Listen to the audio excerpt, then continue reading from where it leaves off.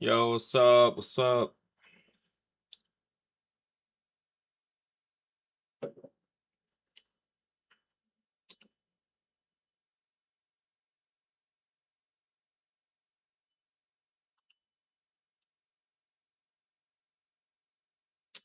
What's up, RPM?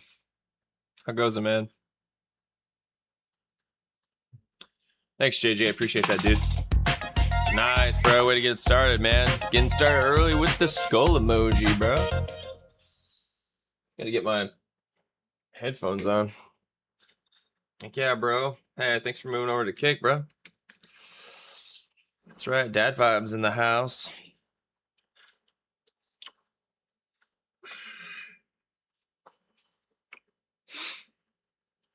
Oh, yeah. We got a good one today. Gentlemen and gentlemen. Maybe some ladies. Oh, yeah, dude. Oh! Ho! Wait for people to spill on in here.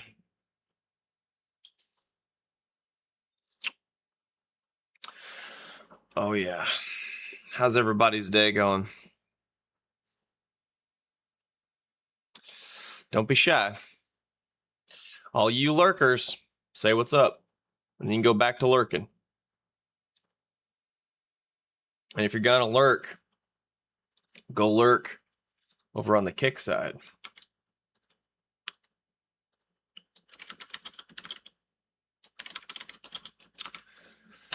Lurk on Kick.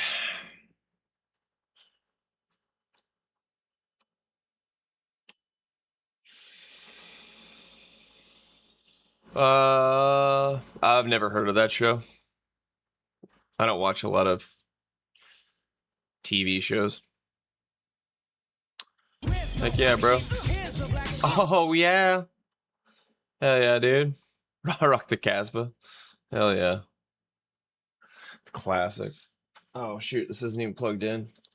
I feel got egg on my face. Day's going good, man.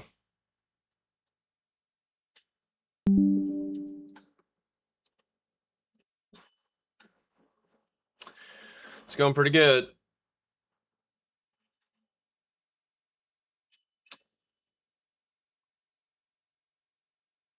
Oh, 99?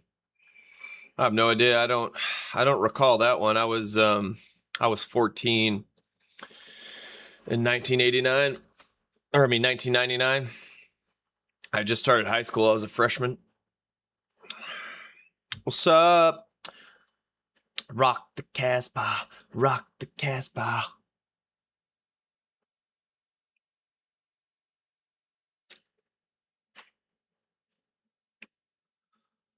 Oh yeah.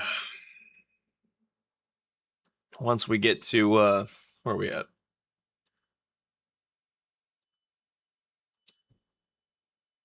We got 6 people on the Kick side. If you have the ability to shimmy on over to the Kick side from the YouTube side with the live stream, do so now. It's a lot more fun. Oh, Adult Swim. Yeah, my parents didn't have those channels. I had to go to my grandma's house to watch any risque stuff like that. Adult Swim, Cartoon Network, all the good shit was at my grandma's house. MTV. My parents did not allow MTV in their house. It's got the devil's music.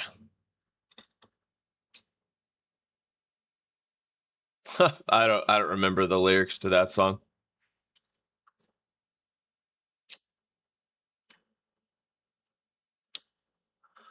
Oh yeah.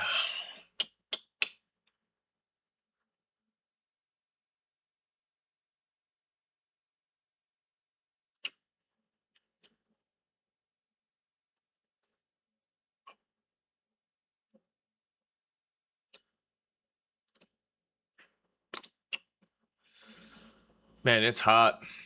My AC was on the fritz last night. I had to turn it off. I don't have like a central. I have one of those stupid portable ACs because the way my house is built, or the way my landlord built the house, the way that the windows are, the window frame, it doesn't support a window unit. There's no coping, and so it would just fall out. So I have to have a portable AC unit, which that's the worst kind you could possibly have. They always crap out after a year or two, or the longest I've been able to have one is like maybe 3 years. Or 3 summers, I should say, because I don't need it in any other season other than summer. So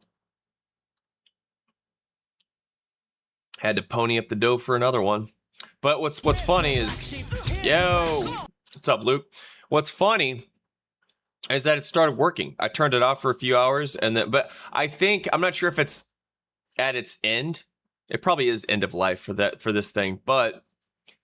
I had been running it for like 3 days straight because it's been so hot. It hasn't really been off. What's up, Lisa? Good evening to you. So I turned it off for a couple hours because I would turn it off and turn it back on and it would work for 2 minutes and then it would go back to it would cut off and just blow just warm air. But yeah, I gave it a couple hours to rest and then all through the night. It was fine. Woke up and it was still cool. So, but I went ahead and ordered a new one, so it gets delivered on Friday. I guess I'll keep this one as a backup, I suppose, just in case. Pretty annoying. It always goes out when you don't need it, like when you're in the most inconvenient time. The most inconvenient time, I do declare. All right, well, there's quite a few of us here now. Quite a few. We've got 11 people on the Kick side. We've got 20 people on the YouTube side. And we're going to start this off with some Jack Morgan. And just to refresh anyone who forgot, or anyone who wasn't here, I believe yesterday was when I streamed and said this. Yeah. So I will be...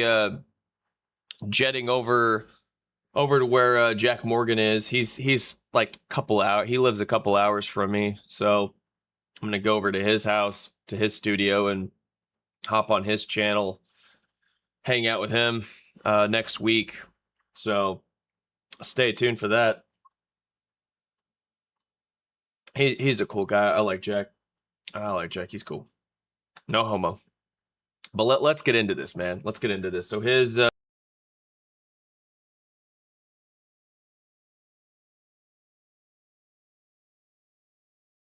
Should be fun. Let's do this.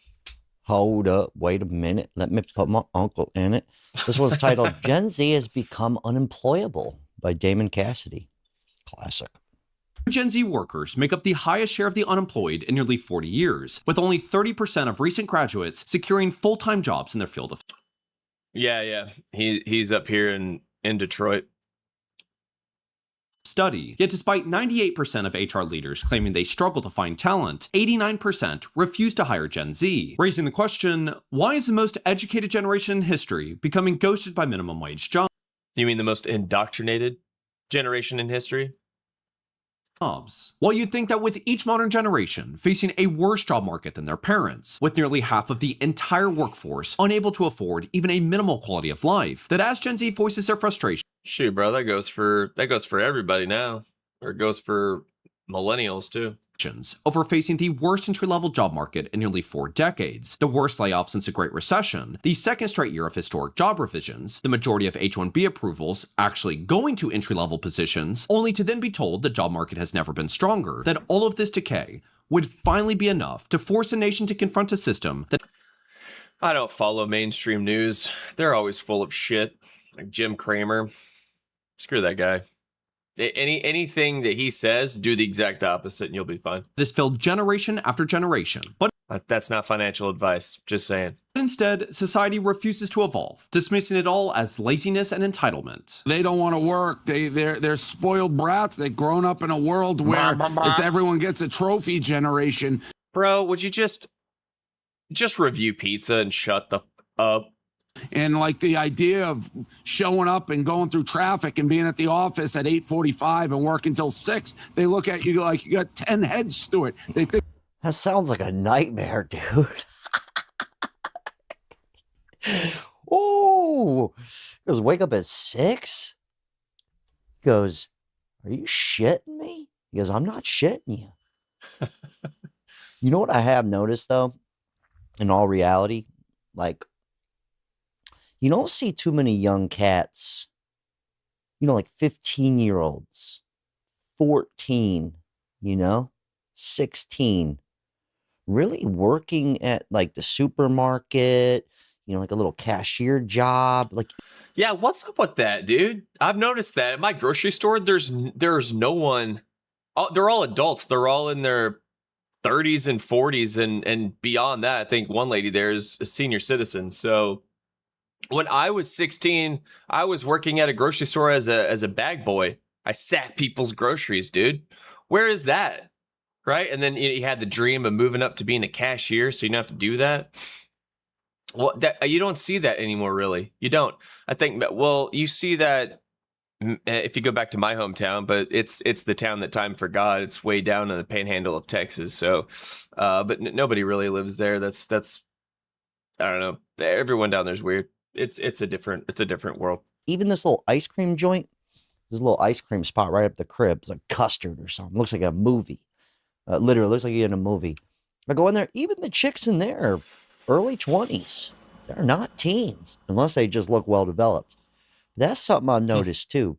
Yep. Because I know in my generation, 20 years ago, at 15, on my birthday, said, congratulations, I got you an interview down at Domino's Pizza. You start Friday.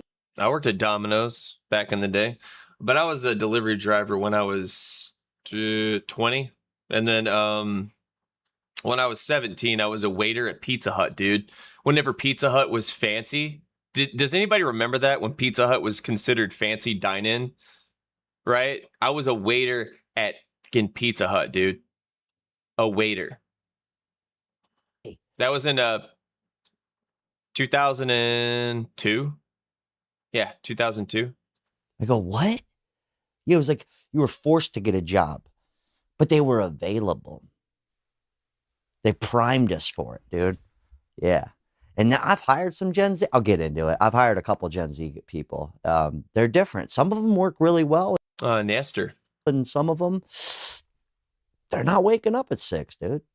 Think everything's on a silver platter. So it's very hard to motivate these people. They're really lazy, entitled losers. So while Gen Z will apparently be forced to endure the same stereotypes as every previous generation, the reality is He goes, lazy, entitled losers. Oh, man, I've heard some stuff in my time. that this employment crisis largely stems from the complete gutting of entry-level jobs. Despite overwhelming evidence that AI is nowhere near fully automating the job I agree with that, too, because how do you even, when you start working at 15 and all of a sudden you graduate college or whatever your choice is, by the time you're 22, that's 7 years.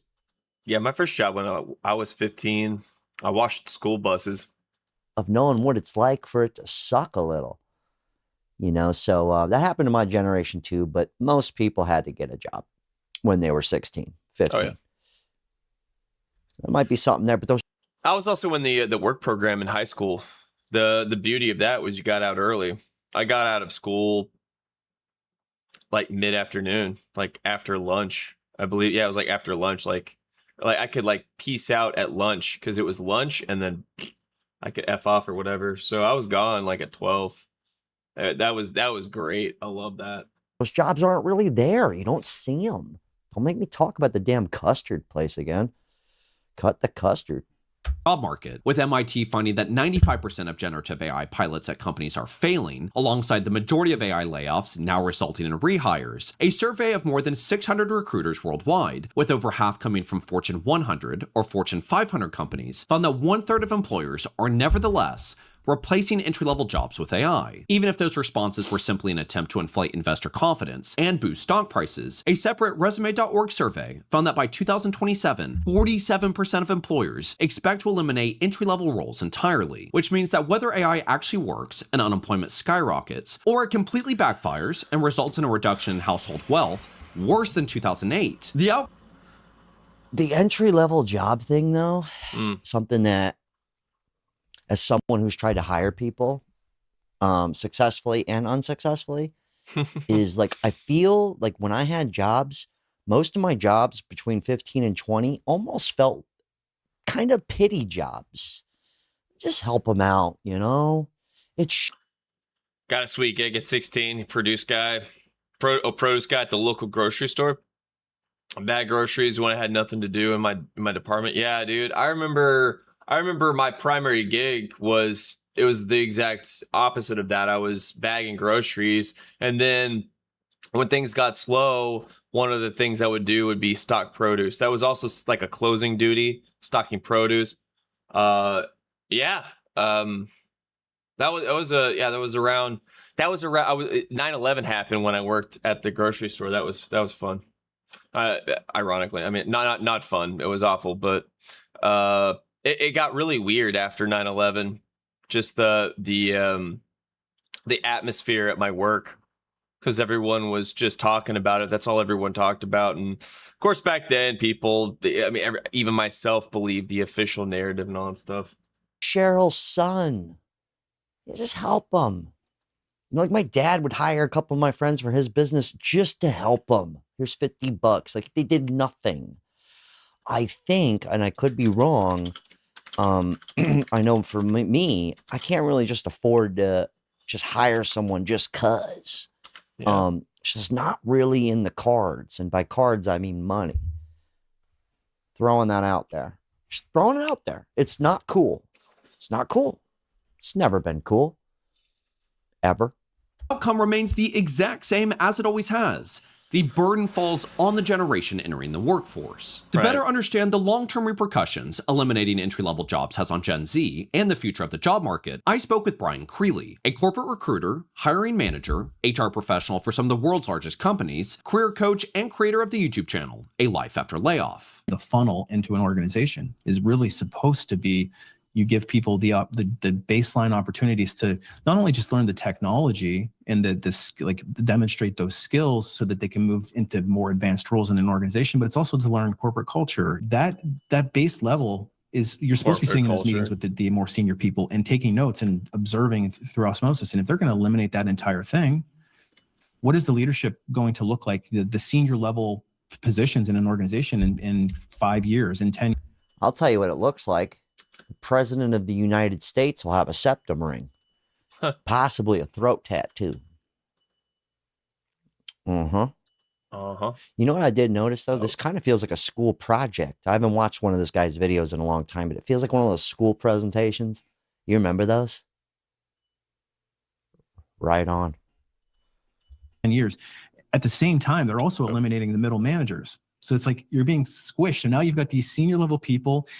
These executives are loving it because they get to, they get to make money rain. They get their bonuses and all of this stuff. Yep. But I don't know if they're actually thinking through the big picture of, you're eliminating the development of the youngest generations, and you're also eliminating the middle manager positions for these. Being Gen Z or Gen X never felt better. Yeah, dude. I like how it went from Gen X to not Gen Y and then Gen Z. It was where like Gen X, millennial, Gen Z. I don't understand it. Senior level people to move into. So now you're basically creating a single band of people who are. A tattoo in your throat? On or in? What are we talking about? That's wildly off topic. That's the most random shit I've ever read. I have a tattoo in my lip, like on the inside. Who are stuck in a very narrow range of. Sorry to keep cutting this guy off, but it's kind of like fake jobs. Everybody say hi to Corey. He's asking why I hate women. Oh, poor guy.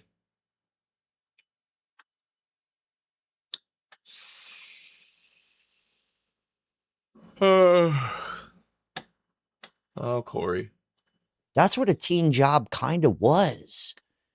It was kind of like a fake job. Like they just had pity on you. But that even exists for older people, right? And they're kind of getting rid of those. So it's kind of a catch-22. Because then when you do go to the grocery store and someone's like pushing the carts, it's no longer a 16-year-old. Yeah, Luke. Yeah, dude. The job market is freaking rough. Yeah, especially for younger people that don't have any skills, any marketable skills. They have nothing to offer. But that's what he, to his point. You're not seeing teenagers in these jobs that teenagers are supposed to be in, right? To gain the experience, to gain work experience. Now it's people my age that are at the grocery store, right? I think I got sidetracked earlier. When I go to the grocery store, I don't see any teenagers. I don't. I see people that are in their 20s and their 30s. I'm talking late 20s and then early to mid 30s, 40s, and then above. I am not seeing teenagers anymore at these jobs. I mean, yeah, at fast food occasionally, right? I think I've seen them at, if I've ever gone to like Taco Bell or like Steak and Shake or something, yeah. But yeah, you tell him, JJ. Yeah, Corey, come on, bro. Yeah, I don't hate anybody. You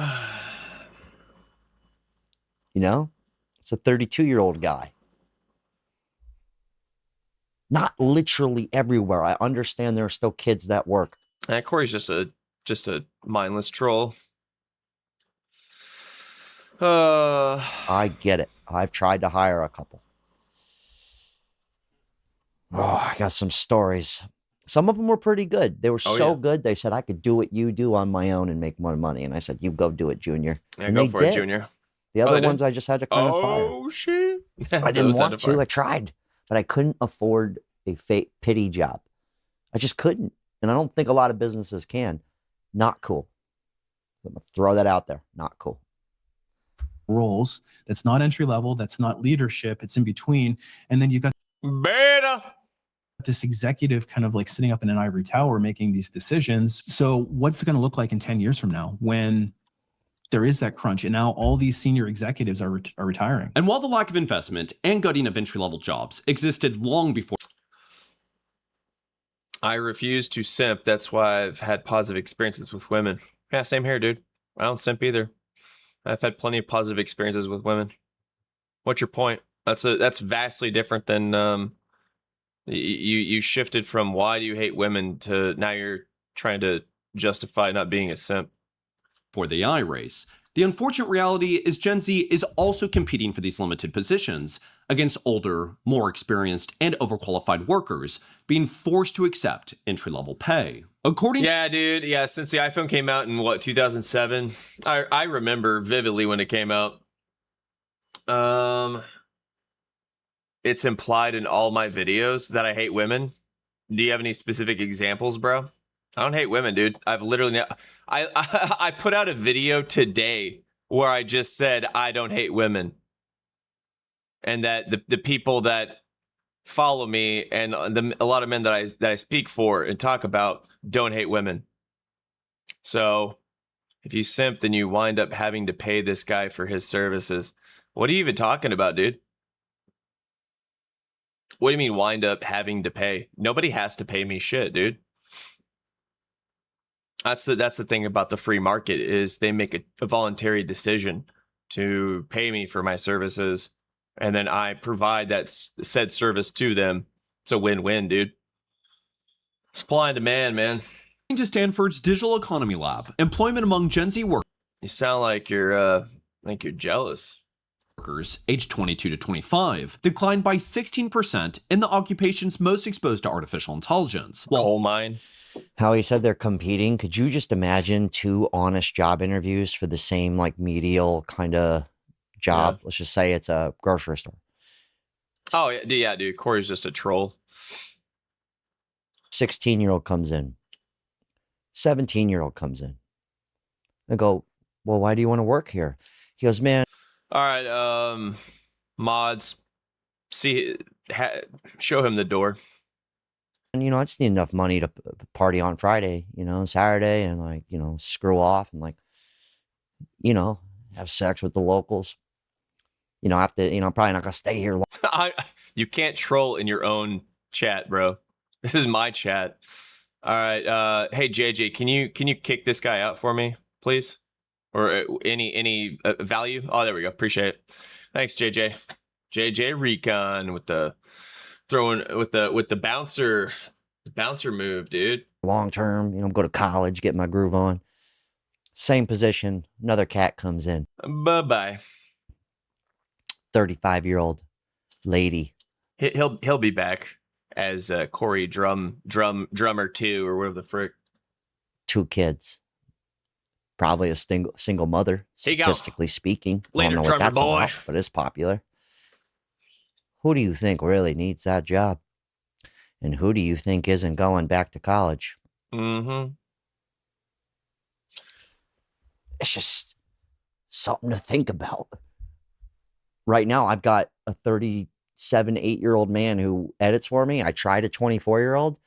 Well, it turns out the older guy actually needs the money. So he stuck around. The other guy, he's like, I'll show up when it's whatever. You get the point. Don't make me bring up the custard joint again. Older workers in those same occupations continued filling those roles instead. Today, 2/3 of all entry-level roles are filled by workers with over 7 years of work experience, while 61% of full-time entry-level positions require 3 to 5 years of experience. The Federal Reserve suggests this could be the result of decades of career and wage stagnation, as traditional routes for career advancement. Don't ever listen to the Federal Reserve. Do not get your news from the central bank. Such as job hopping, now provide little financial benefit, ultimately creating a compressed career ladder where 52% of graduates are underemployed within a year of graduation, while a study by the Burning Glass Institute found that 73% will remain underemployed a decade later. The candidate who's coming into that interview who Dude, if anybody is a lifeguard, they probably don't make shit. That's why those jobs are for teenagers, man. There's certain jobs that are supposed to be for teenagers. They're not supposed to be jobs meant to support a family, or they're not meant for adults. They're meant for teenagers. That's it. And maybe the adult would be the manager, the general manager, the district manager. Yeah. But the dude that's, dishing out your fries, making your burger, the guy on the grill. No, it should be teenagers, dude. There's a local joint here where it's all teenagers that work there. It's a great spot. It's been here since I think either the 50s or the 50s or the 70s or something. I think it was the 70s. maybe had that capability, who has Great spot, great burgers. Sweet Jesus. that competency, who has that Even like how you just saw that life. They do breakfast 24/7, dude. I went there with my son on Tuesday. He got a burger. He got chili dogs. I got freaking pancakes, dude. Some flapjacks at freaking 6 p.m. Guard. I'm not going to rewind it, but we just saw that lifeguard. I went to this lake thing. All the lifeguards were pretty young. And even like wait staff, though, like at restaurants where you think it would be younger kids, it's older people. It's even at the restaurants. I was in the business a long time, and it used to just be. Oh, dude, yeah. I was with a friend at a restaurant. And like mid-tier, it was nice. They serve like really good pizza, but they also have some pasta dishes, like lobster dishes, stuff like that. So not super high end, but just kind of below that. And it was, oh yeah, it was this group of these twin overweight women. There was this because we had a waitress that was this overweight blonde chick. She looked like she weighed like 300 pounds.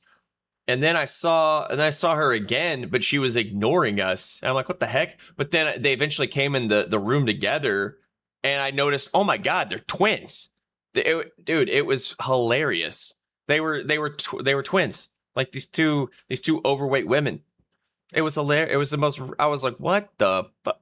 Now I've seen everything. A bunch of 18 to. But they were in their 30s. Swear, yeah, they were definitely in their 30s, dude. There were some youngins there, some people in their 20s, but they do employ younger kids, but they also have the middle-aged people too that just they gotta get work. 22-year-olds, then maybe a couple of older guys, you know, more managers or bartenders who kind of just got stuck in it. Now, hell, even the little diner up the street, it's all 45-year-old women, like classic diner ladies with like the chest tattoo right here. Named Tracy. Oh, it's classic. They may as well be smoking cigarettes in there. Virginia Slims. It's like ladies named Tracy and Bernice smoking Virginia Slims, right? 110s, 120s, some Misties or something.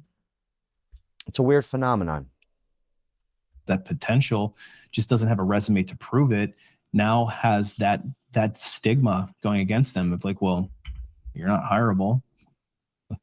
You're not good. You're not going to be a good fit for us. Because I've heard those conversations. I've heard hiring managers making stories up about people based on what's on their resume or what they've achieved in the past. And they start creating these stories. Well, this guy's not hireable. This guy's not promotable. He didn't get promoted at his last job. If he was truly a high performer, why didn't this other company or these other two companies ever recognize their capability? And I would like look at them and say, like, how do you know what this person has or hasn't done or is capable of without even looking at them? Just you're telling a story. Maybe the whole story isn't on a piece of paper. Maybe the whole story isn't my bias toward what I think this candidate's career should have looked at like, because I think the worst part is they can't afford to just like have somebody just come in and kind of half-ass it.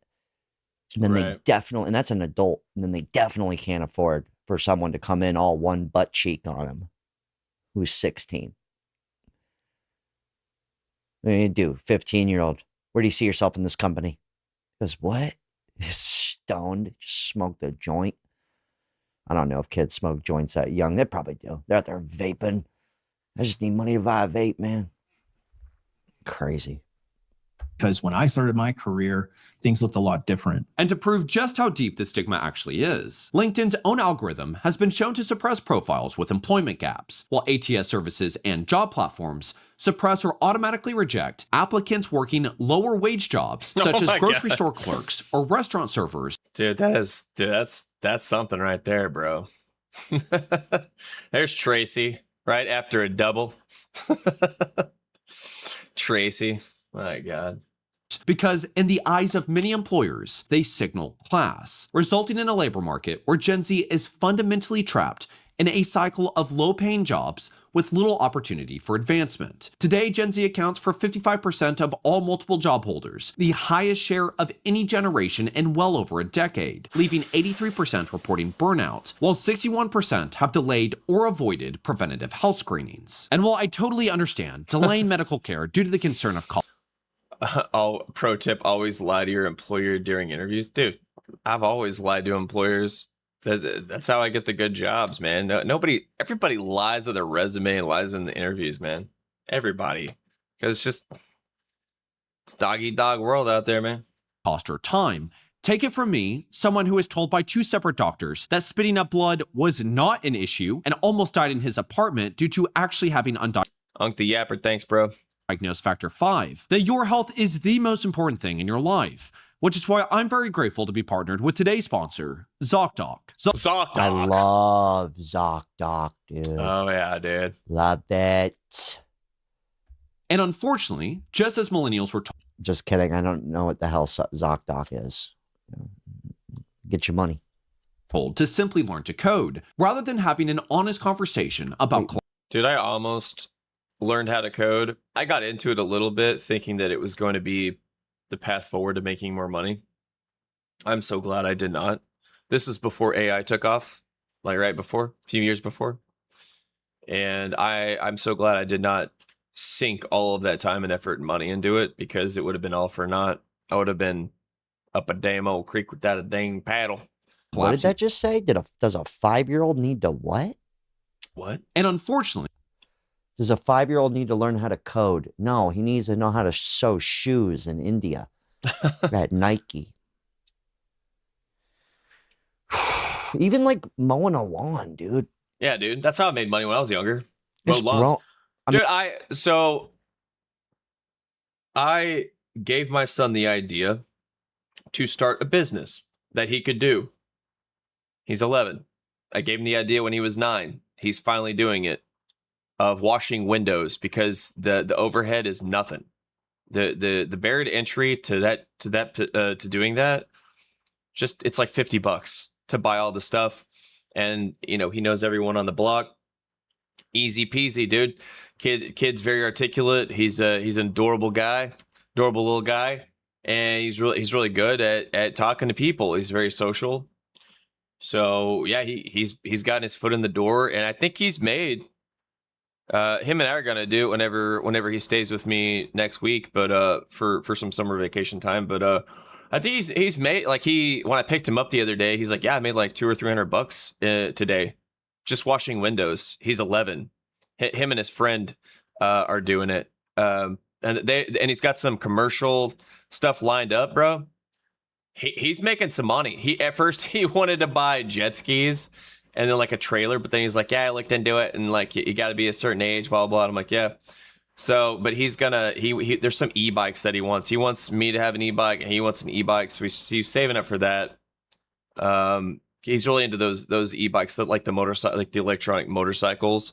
They look pretty cool, like the Saurons and stuff. We see them all over town. They look like a lot of fun, and there's no like age limit and whatnot. So, you could ride those around. So he's super geeked out about that. But that's the thing. I encouraged his entrepreneurial spirit.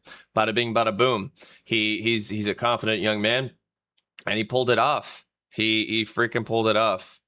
So props to my my son for that.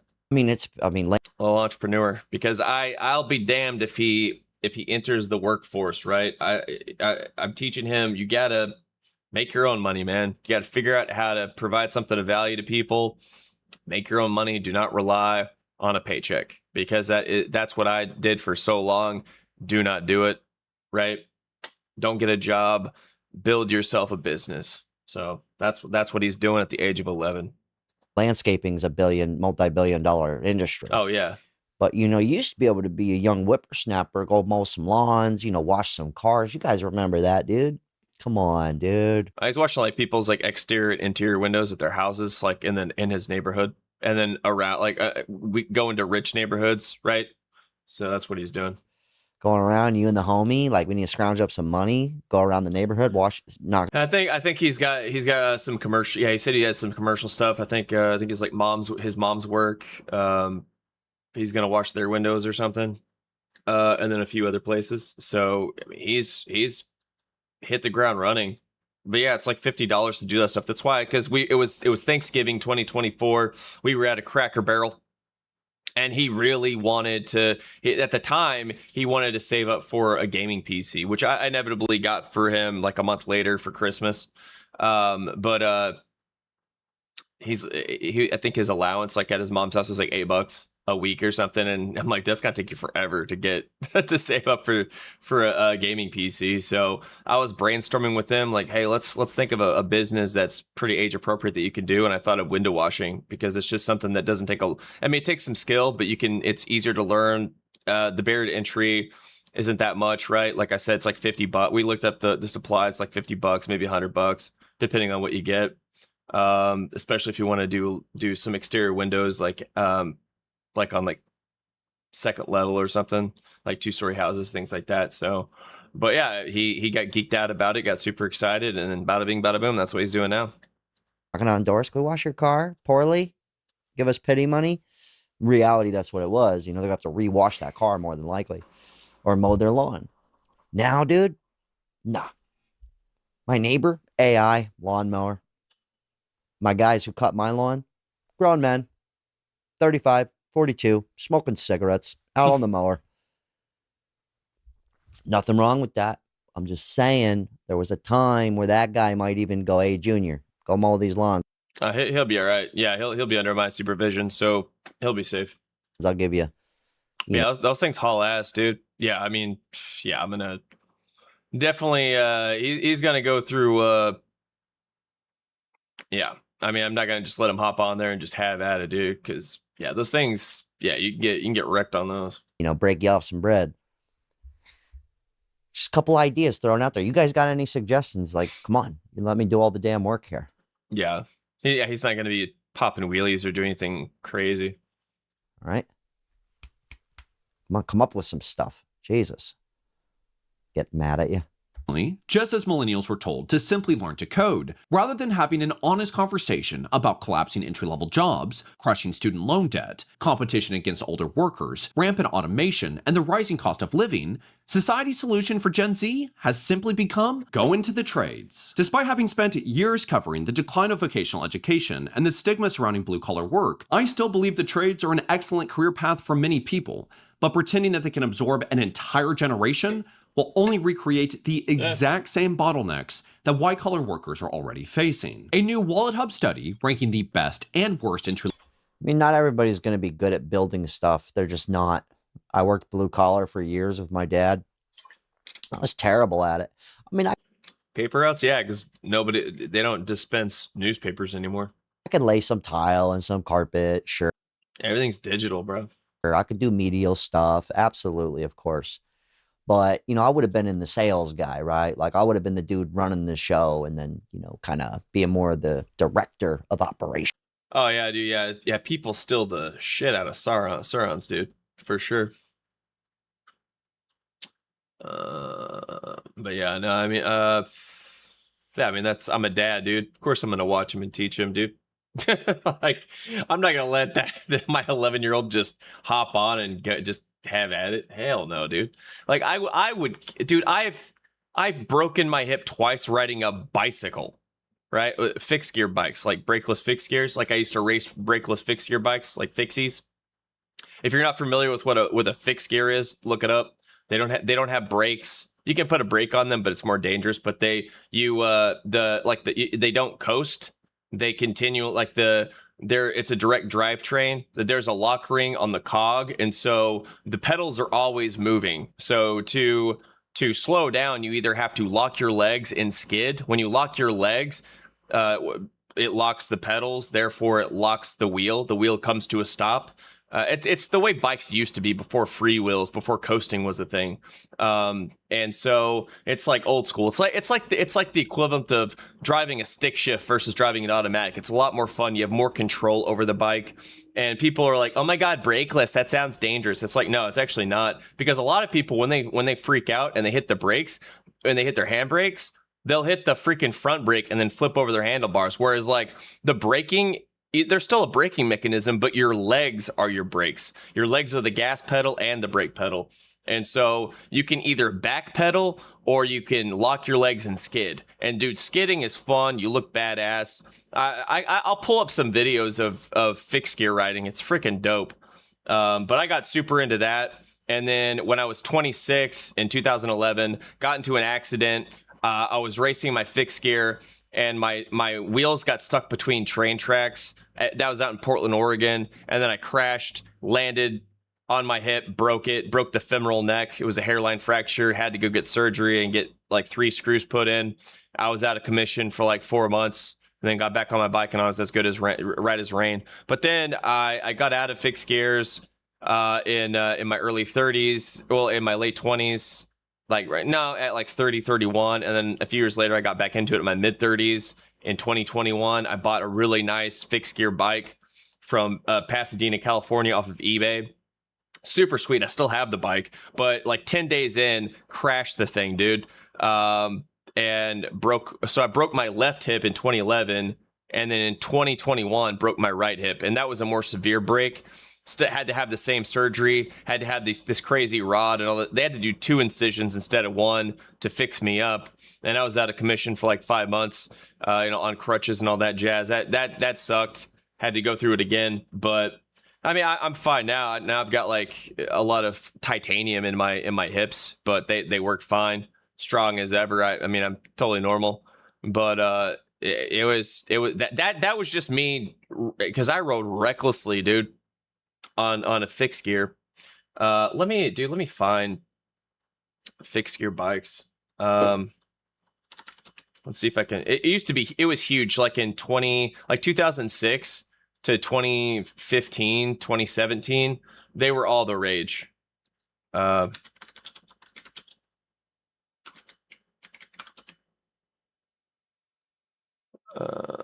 see here.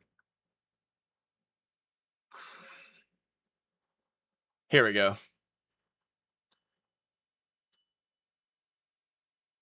Here we go. See, this is back in 2010. This one might have music though.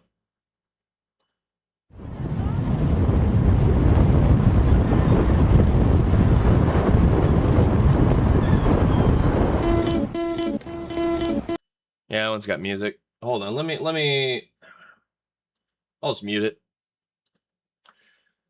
But yeah, this is Masan. This guy, I was super into this dude's stuff. Oh.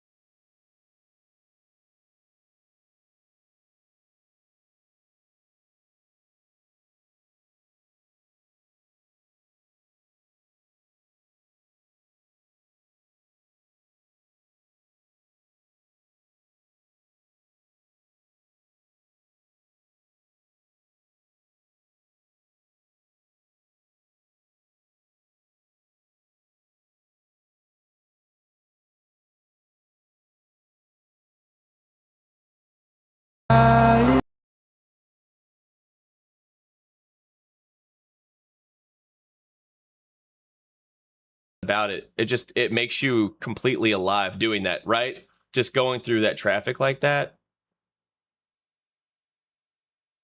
Like I've always wanted to. 'Cause I used to do bike messaging too. Dude, it's so much fun.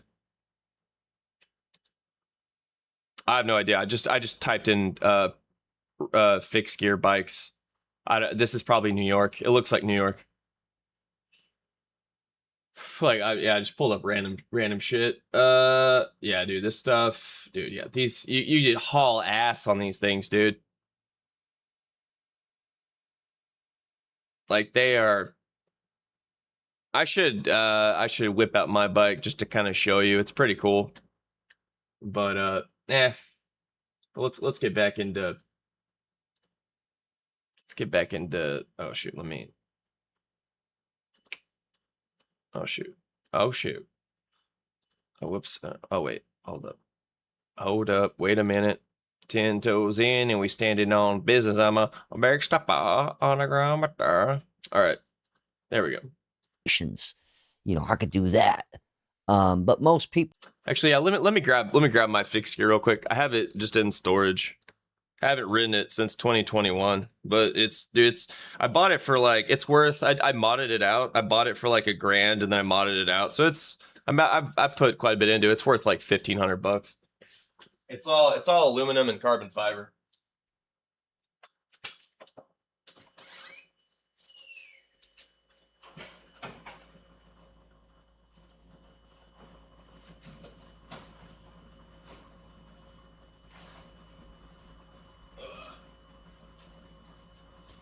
There we go.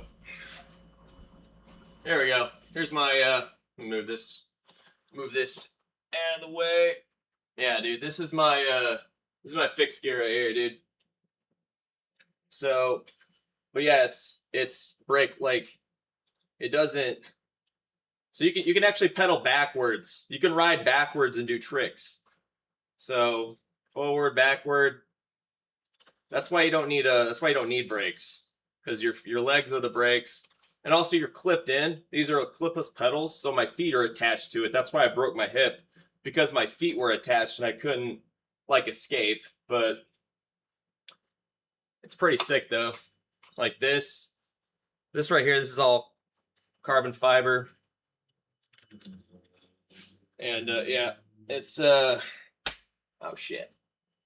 Yeah, it's pretty sick, dude. I wish yeah. There we go. But it's super light, dude. Super light. Like I'm picking this up with my pinky. Super light. This thing goes freaking fast, dude. So fast. It weighs like 14 pounds.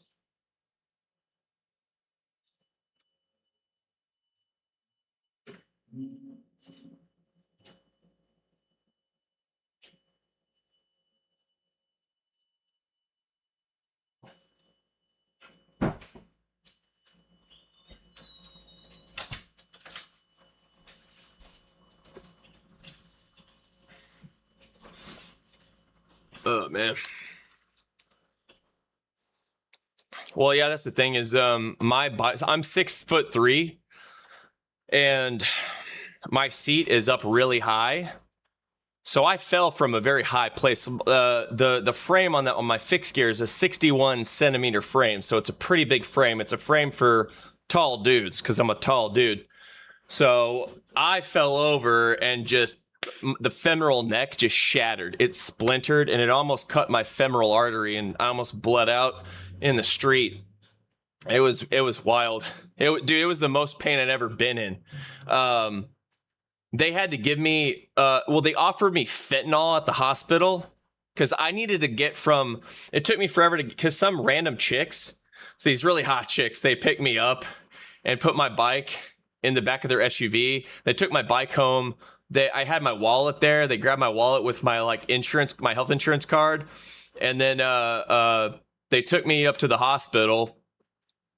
And then it took them forever to get me out of their SUV into the wheelchair. And then once they brought me into a room, it was so painful. I couldn't transition to the bed. So they had to give me painkillers. So they offered me fentanyl, and I was like, what's below that? Because that freaks me out. And they're like, Dilaudid. And I'm like, give me that. So they gave me Dilaudid. I couldn't feel a thing, dude. Yeah, the fentanyl that they give you in the hospital is different than the fentanyl that's on the street. But just the negative connotation of fentanyl, I was like, nah, I'm good. Give me the next thing. And then, but I'm kind of like, man, I wish I would have gotten fentanyl just to see what it was like. But I mean, they give you tons of, because both times when I broke my hip, while I was in the hospital, they give me the max dose of oxycodone, and in between giving oxycodone, they would give me liquid morphine anytime I requested it, because that's how much pain I was in. Anytime I pushed the button, they'd come and give me morphine. The oxycodone was more powerful than the morphine. The morphine was just to kind of fill in the gaps of the pain until I got oxys again. And then they'd give me a buttload of oxycodone whenever I left the hospital. So it was wild. And then for like a month after I got out, I had to inject myself. I had like 30 of these vials with needles, with hypodermic needles, and I had to inject, kind of like a diabetic. I had to stab it into my stomach and inject this blood thinner stuff to make sure, because you run the risk of developing a blood clot in your leg that can travel to your lung and kill you. And so I had to inject that for 30 days just so I was out of the woods with that though. But it was the most physical pain I've ever felt both times. It was worse the second time, but holy shit, dude. It sucked the first time because that was when I had just moved to Portland. And so my very first summer there, I break my freaking hip in late June. And so my summer's kind of taken. I still had a good summer, but my summer wasn't as fun as I was hoping it would be because I was on crutches for all of it, or for most of it, except for the very beginning. But and what's wild is I broke my hip literally exactly 10 years apart, the same day in June, both times. And I was in the hospital having surgery the exact same days for the exact, and I was in the hospital for the same duration, the same dates, like the same dates in June. And I was there until like after, I was there like right before July 4th.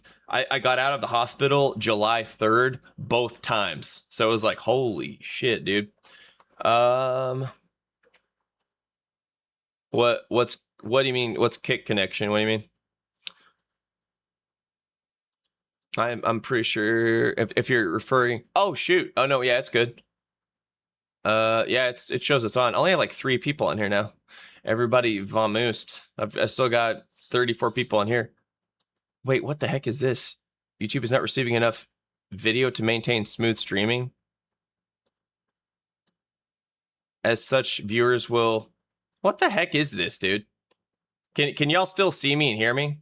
Oh, it's good now. What is this widget? Okay, I don't know what happened.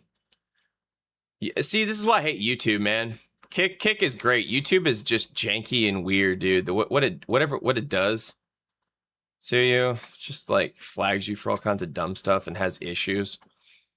Yeah, okay, all right, it's cool. It's good now, but I mean, yeah, I was crippled for a minute, dude. I mean, not crippled, like temporary crippled, not permanently. I can walk fine, but I got metal all up in me. Oh no, that's just I moved them over. That's not hold on. Hold up, wait a minute. Wait, did I do something? Oh yeah, they're there. They're there. And then I think maybe wait. Oh, I didn't. Oh, I forgot. Oh, I forgot to. That's my bad, dude. I forgot to add it to these other. Dude, my bad. I forgot. Let me. Hold on. Let me see if I can. Yeah, let me just. Oh, copy paste. Boom. There we go. There it is.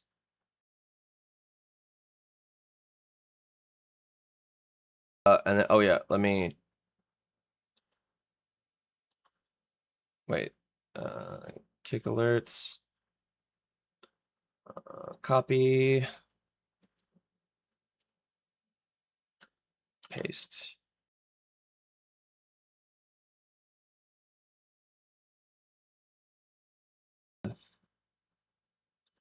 All right, here we go. Well, like, yeah, they're good at it, but not everybody's good at it. That's another thing too. Oh yeah, you're just trying to help. What do you mean? Oh no, you're good, dude. You were helping out. I didn't notice. So no, I appreciate that. What suggestion is this? What? It's saying the audio stream's current bitrate 0 is lower than the recommended bitrate. What are you talking about, YouTube? We recommend that you use an audio stream bitrate of 128 kbps. I'm using a high bitrate. What the heck are you talking about, dude? Dude, YouTube is so stupid, man. My OBS is set up the way it's supposed to be, bruh. Yeah, I don't know why it went down. That's weird. I don't know, dude. I'm sick of that crap. Oh, dude, Jared kept growing 86 from Oklahoma. My mom's from Oklahoma. A lot of my relatives are from Oklahoma. I used to go noodling down there when I was a kid. I'd noodle for catfish with my cousins at family reunions down in Oklahoma, down like by Oklahoma City, like in Piedmont and shit. Piedmont, whatever, that one place where that Garth Brooks is from. What is that place called?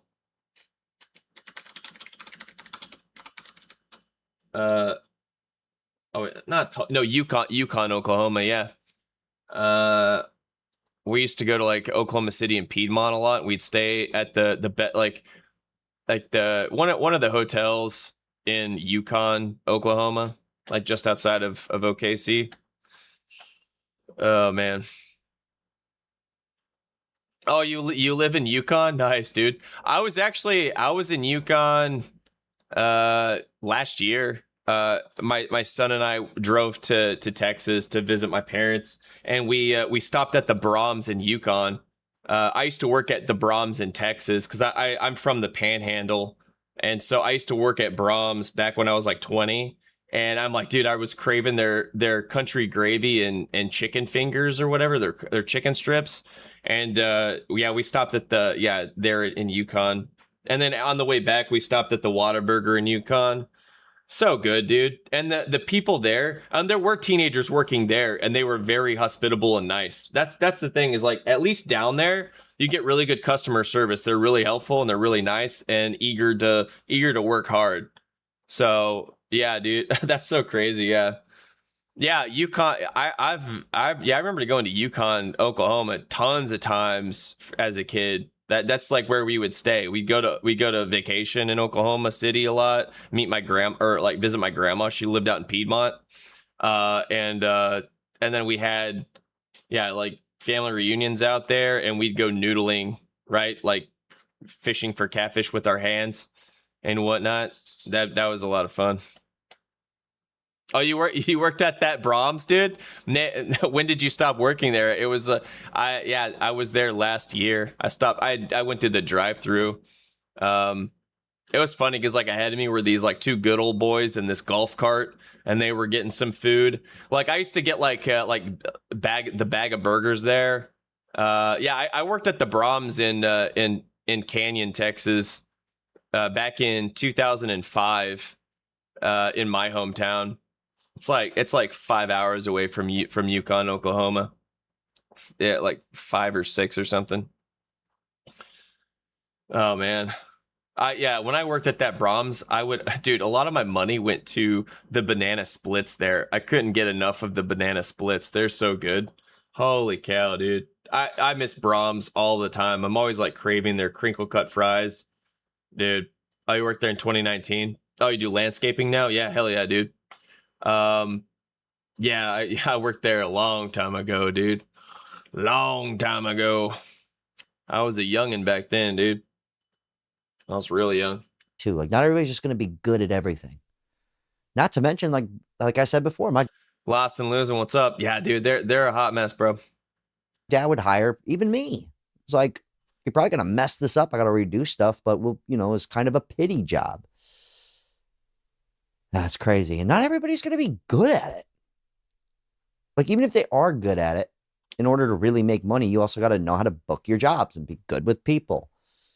Dude, I'm glad, man. That's the reason why I started my channel. Glad to hear that, Jared. Glad I'm able to help some dudes out there, man. For real. For real, for real. As the Gen Zers say, the Zoomers. I'm not saying don't go into the trades. If you're good at it, you could make a lot of money. But just like showing up and clocking in and out, it's hard to come by. Unless you're cool with it. Like, you should be cool with this is how much money you make. Maybe I just suck at trades, so I'll shut up. You guys are just better than me. How about that? You are. You're more talented than me when it comes to that. My brain doesn't work that way.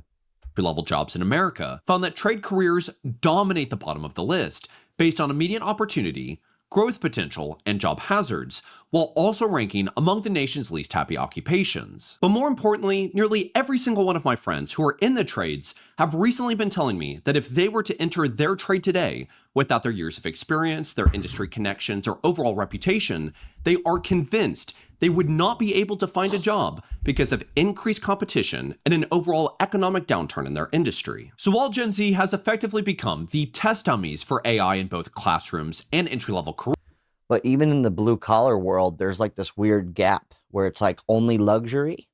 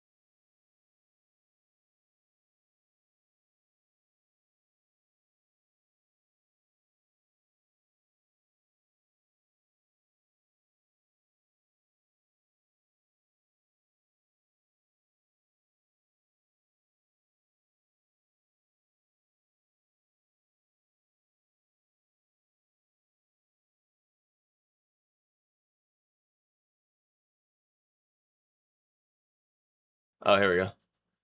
I just got done feeding my dog, but he's doing really good. I'm at training him to go outside to go to the bathroom, but every now and then, like he'll have an accident, like in his crate or whatever. It's kind of annoying, but whatever. He's only 12 weeks, so he's just a pup still. But dude, taking care of a puppy is exhausting, dude. People keep saying I have like the puppy blues or whatever, because it's just, dude, it's a lot, man. It takes a heck of a lot of patience, dude. Heck of a lot of patience for, good lord, bro. But that is what it is. Only rich people stuff, and then like the bottom, like the middle is a weird area. It's like they only want these jobs, and then the ones that like has to get done, which probably comes from these people because they own all the crappy properties. There's something I've heard about from a few colleagues of mine. That's what it's like. My homie Johnny, he's in property management, and he does he's like, I just have to focus on these people because they have the money. All the middle tier people, they're just like, we'll just leave our house vacant while we're gone. Stuff it. Let the neighbor look after it. So it's this weird thing. Was kind of what I'm trying to say.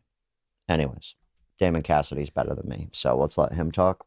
Careers, only to be turned around and called lazy and entitled, despite working more jobs simultaneously than any previous generation. With society's only real solution becoming go into the trades, it is crucial that if we care at all about the future. Do they? I don't know. I mean, I don't see how they look related, but I mean, yeah, it's subjective, I guess. I need to text Dapper. Him and I were texting like a month and a half ago about collabing, but we got busy. But I need to text him back. And then Jack Morgan, he reached out to me like 2 days ago. So we're gonna, because we were gonna do something in June, but he had a kind of a crazy month. So, but yeah, we're gonna. I'm gonna go over to his house on next week and get on his channel. We're gonna do a video together, so it should be a lot of fun. He's a lot of fun to hang out with. I met him and Nate Roscoe back in like late April. We hung out, smoked some cigars, and just kicked it. Ate some food, talked, got to know each other a bit. He's a lot of fun. He's really funny. He's just one of those guys. Just fun to be around because he just says funny shit all the time. Future of our nation and the children who have no idea the economy they're about to inherit. We begin having honest conversations about how to actually course correct. Oh yeah, actually the eyes, yeah. I think they have like maybe a similar eye color, like that blue color. Before another generation is forced to pay an even worse price. Unfortunately, I know people are not going to want to hear this, but I think that this is going to be the new norm. Like, I don't think that we're going to return to a job market. Like, some people are like holding out, like, well, eventually things will improve. They may, because things break completely. Nah, dude, nothing's gonna really improve. It's eventually like the wheels are gonna fall off the car eventually, or the bus, and you have to rebuild. But like, what's the pain involved in that? That's a much bigger, like, Great Depression level kind of event. I know some people will throw out like, well, we just need universal basic income. I have my own strong opinions about that. Yeah, that will be a bad time once they implement UBI. Be bad. Things will be pretty bad at that point. Like, they're already pretty bad, but they'll be way worse by that point. Because then they'll be doing like CBDCs. They'll be doing like CBDCs, and there'll be all these like, yeah, they'll start doing programmable currency to further control what you do. Yeah, dude, nothing really improves. They just paper over things and make it worse and kick the can down the road. Yeah. A clear end game that looks great. And like, I'm not trying to be doom and gloom about this. I do think That's the thing, is a lot of people, they're like, oh, stop being doom and gloom. It's like, no, I'm just stating a economic fact, an economic reality, because those are the people that don't really understand monetary policy or the Federal Reserve, quantitative easing, how their manipulation works, fractional reserve banking. They haven't read The Creature from Jekyll Island, so they have no idea what they're talking about, or just how deep the rabbit hole goes and how badly we're pretty much fucked because of central banking. that there's still, if you take faculty of your own career, you're really driving things. You treat it like you are the CEO of a business of one. You build multiple, people don't like to hear this, but you got to build multiple streams of income so that you're not beholden to any one single paycheck. And yeah, that's what I teach my son. Do not be beholden to a single paycheck. Do not have to rely on somebody for a paycheck. You want to learn how to make your own money. You gotta have to figure that out, and he's figuring it out right now. I mean, he's making money with his own business. He started his own window washing business, and look at him go. He's made, I think he started it maybe a few weeks ago, and he's already made about $1,000, right? So yeah, that's what fathers are for. That he did that because of me. Because I gave him that idea, I gave him the encouragement, and then bada bing, bada boom. There it is. That's the hard part. We all went from family businesses, and most people owned a business, to everyone's an employee. And it sucks trying to do your own thing, like getting weird and creative. Why do you think so many people make content, make videos? It's like, this is one of the opportunities, I mean, you got to do something weird. Rent jet skis, or you do something practical, food, but sometimes that fails, although everybody needs to eat. It's like leaning back to, if everyone owns a business, then no one owns a business. But then also, if you own a business and it's a family run thing, are you going to be able to pay everybody appropriately? Because, and it's a whole trickle down deal. I want to see where they're going. Actually, you know what? We're going to go to the comment section. It's like halfway through the video, but I'll leave the rest for you guys to watch. I'll watch it without you, but just encourage you to go check out Damon Cassidy here. Oh, yeah. I'll give him a like. I got to see the comment section. Damn, 7,000 comments. Jesus Christ. Jesus. Oh, he's got all those. Yeah, over 500,000. Shoot. Let me see. We are sorry to inform you that your lack of 104. Okay. Not a great joke. Graduated high school in 2025. I couldn't even get a call or an email back for effing McDonald's, dude. Yeah, even Mickey D's. They're gonna pick the older person, the single mother. She really needs the work. Not literally. I'm not saying it won't happen. Okay, it will. I've hired 22-year-old, hired a 24-year-old. I gave them a chance. I did. And they weren't happy with the pay. They said, they were like, $4,000 enough isn't enough for me. $2,000 enough. Working from my home in my underwear part-time isn't enough for me. And that's fine. They want to go do their own thing. I get it. They're dreamers. Why not? I understand. I used to be a dreamer too. All right. And a lot of them, most of them are working. This isn't like all of them are unemployed, but a lot of them are like, what's the point? They get it. They're like, why? Gen Z is unemployed, yet everyone I know wants to be employed. The amount of money that they printed crazy during the but COVID also was at the right insane, place. dude. What are you going to do? Work for literally nothing? Oh, yeah. I wouldn't. I'd rather be homeless at that point. They're to be honest, I really would. User that just CEOs joined, literally don't care about their on employees so much. They're trying Kick. to Their username is all the numbers. Class Okay. Well, we'll find out if they're a troll or Everyone not. gets a trophy coming from the guy that reviews Interesting. pizzas Oh, yo, for a what's living. up? Is wild. What's up, Chad? Yeah, coming from a dude Chad's who's in like, the house, dude. but he also went psychopath and dude. built something up, and took him, 10 years plus to really the man, get the myth, there. the legend, dude. So, there is a level of work, even if you want to be a content creator, dude. Give me 1 sec. I got There's a level of effort that goes into it before you can review pizzas for a living. I gotta go. That's the truth about that. Walk the dog outside, and just that around amount in of work, circles until he most people does his don't business, want to do, so and that's way before Gen Z. give me a minute. So it has nothing to do with Gen Z. That's just people in general. Gen Z here. I worked in an entry-level retail role for a large manufacturer. I worked there 3 years. And while I was there, I got my MBA with the business and analytics. I applied to entry-level data position at the company I was at the time, and they denied. A role with 0 years experience required. I was told by the internal recruiter that they wanted someone with more experience in the field. I was dumbfounded. Yeah, it's kind of like, why did you go to school then? You know, I love internships. That's my favorite. You know, it used to be just called a job. And then they go, no, you come work for free for a while. Oh, that's like the biggest one. As a hiring manager, I say get rid of HR departments. Well, that's another thing too. That's like a kind of a, I don't want to say a fake job, right? Like, what the hell does HR even do? Let me look this up, dude. What? Oh, I really want to know. Like, what are they even up to in there? Like, I had HR come in one time. I was bartending at TGI Fridays. This chick was mad at me or something because I told her to do her job.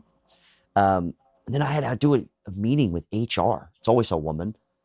And it was literally about gossip.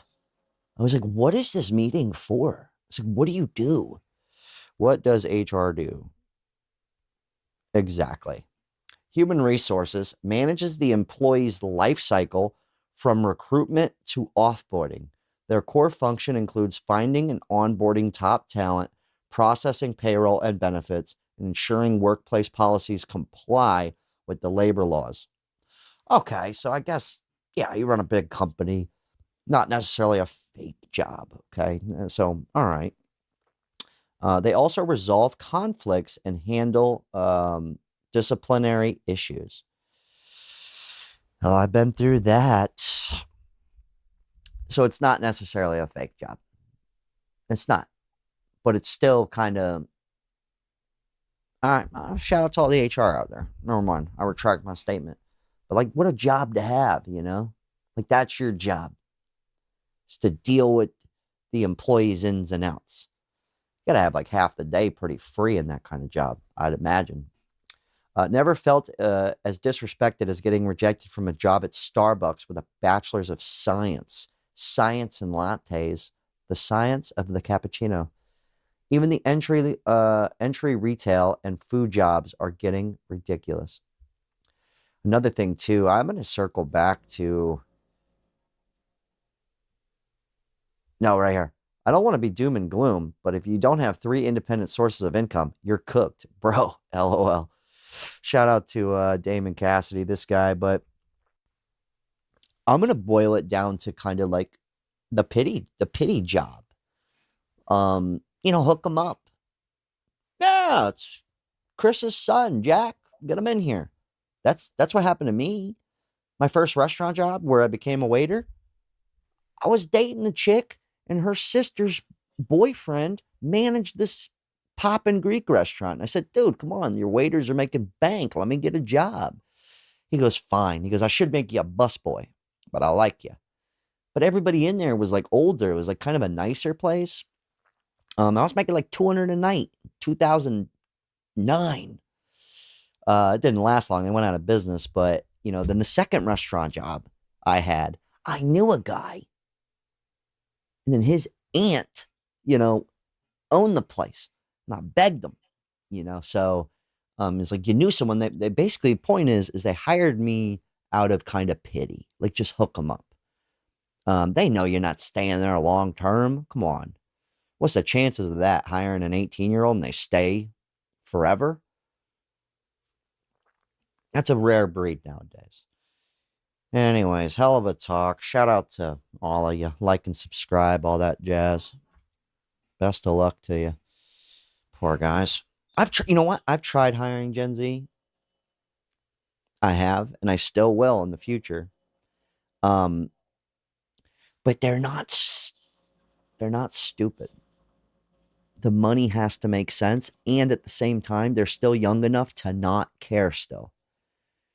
So there's a high probability if you just start paying them a great deal of money, they might just stack up and bounce. And you go, wow, I'm glad I invested all this time and resources into you. I know they're doing a job for you, but that's what I've experienced.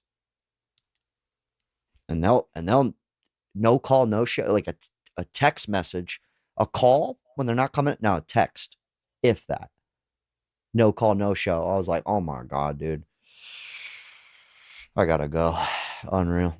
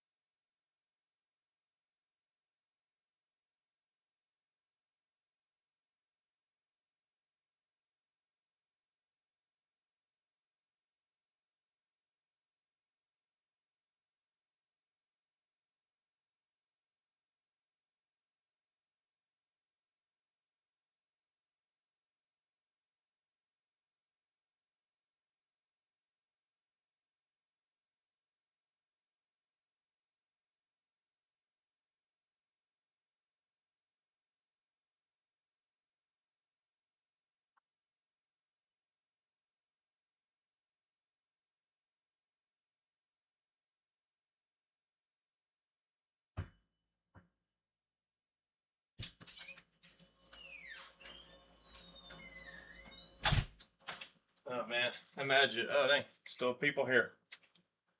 Oh, man. He still didn't poop. Might be premature for that. He did pee, though. Thank God. Pee a lot, dude.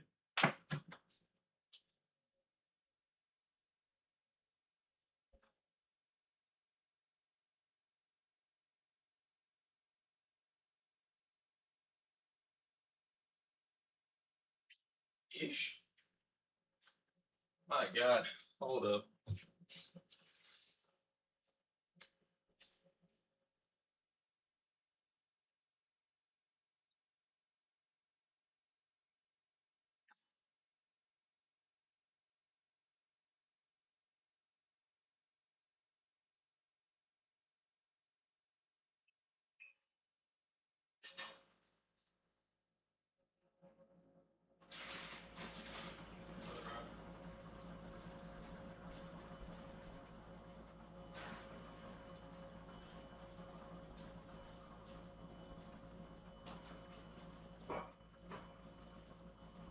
Who's down, bro? Oh, yeah. Whew. Man, it's hot. God, it's hot out there, man. Ugh.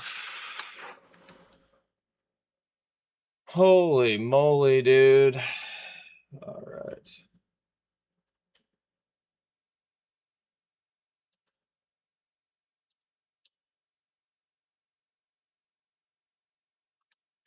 Ugh, there's a beetle on my neck. It's like a June bug.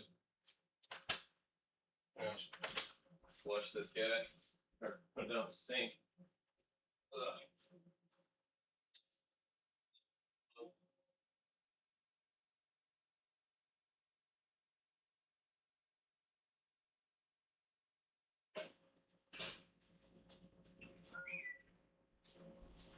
Oh gosh, dude. Jeez Louise, man. Okay.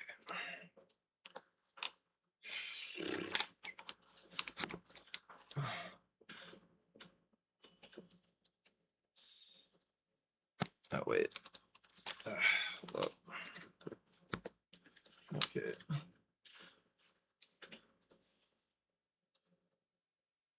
The heck? The Simpocalypse. Yo, I dedicate this to, what was that guy's name? Corey Drums. I dedicate this to him. Or I should say her. Could be a woman, I have no idea. Corey can't be a chick name. Welcome back, guys. So we have here Francis Foster. He's the guy that's on trigonometry. And I always like to say the boomers are waking up now to the economy, but it's just synonymous. He's not an actual boomer. It's just synonymous with old people that are out of touch. And he's talking about the rise of the simp economy. So are they in touch? Let's see. No. This box is worth £450. Just a standard box with nothing inside it. There's nothing there. Zilch, nada, zip. So why is it worth 450 quid? Let me guess. Someone farted in it and it's a young woman. I haven't seen this. Well, because a man from Birmingham paid that I posted about that, the whole, like, the chick farting in that thing and making money. amount of money because Wild. this box was once touched by an OnlyFans model. Welcome, ladies and gentlemen, to the simp economy. See this, because this is a hole, but there's not going to be many rabbits in it. Like any good academic, we need to define our terms. And I am an academic. I got a 2-2 in drama from Essex University. What does simp actually mean? Simp... Wow, dude, this is really for boomers. Just look at how it's set up. We have to define simp Gotta spell it out for him, man. Gotta spell it out for boomers, dude. first. We have to show you what low value these men are and what is simping and how can you see it in your friends. It's for boomers. This is a show for boomers, you can tell. originally short for simpleton, mutated across chat rooms and forums into a devastating slur, refers to a man who provides excessive attention, This is so unreciprocated financial capital, and desperate validation to a creator online in a tragic one-sided quest for emotional or physical intimacy, otherwise called the story of my life. Now, oh my God. if you happen to be a normal human being, you might think it's no big deal. It's just lonely blokes sending a few quid to pretty girls on the internet. Live and let live. It is not harmless, you sweet, naive summer child. It is an industrial-scale financial extraction machine that makes Las Vegas casinos look like a charitable church bake sale. We have quietly constructed an entirely new digital infrastructure specifically engineered to commodify human isolation, financialize male loneliness, and turn the basic desire for romantic connection into a hyper-monetized direct-to-wallet subscription funnel. It's basically the Matrix, but instead of harvesting our bodies for electricity, they're draining our Monzo accounts and our balls for feet pics. Hollywood actresses are in on the racket too. Trey DiMatteo, Carmen Electra, Shannon Elizabeth. And more of the honeys you once had plastered on your bedroom walls have turned to OnlyFans. I can verify that the reports are true that have been out there in the headlines. My manager the other day, he said, you've now made more than American Pie, Scary Movie, Love Actually, he named one other, all of them combined. Last time I looked, there were over 4 million views. Wow. And there were 300,000 subscribers, I think. OnlyFans, it's for anybody and it's for any content. People can do what they want on there. They have their... This is fucking insane. Yeah. This is insane. This is like by proxy getting women into the porn industry. OnlyFans, it's for any... No, no, it's not. You're literally... You were like a sex symbol. Yeah. Sure, I think OnlyFans did start out as just a generic platform where you could just put anything on there, but women found out that what was profitable and what was effective was that selling their bodies on there.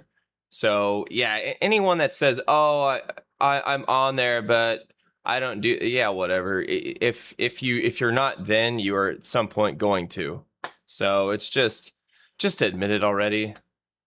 Just admit it. Come on. You're extremely famous. You didn't even need the money. You're using all... Yeah, what's up with that? Yeah, she's probably got more money than she could ever spend in her entire lifetime. What is she even doing on there? All of your fame to garner millions of dollars very quickly for men that... Yeah, I mean, she definitely can do that. That's what a lot of them do. If they already have fame, then it's just...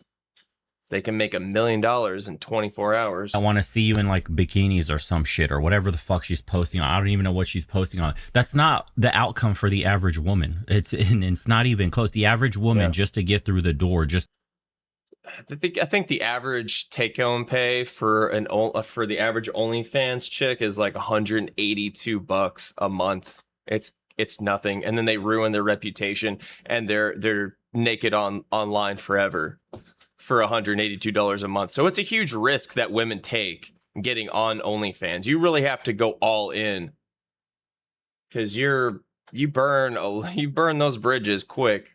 to be viewed, has to do the most disgusting, depraved acts possible, shock content, shock value, just to finally be followed and seen, because people's jaws have to drop. That's the only way you break in when you have no fame, no notoriety, nothing. Yeah. You think that you got to get mad attention now. That's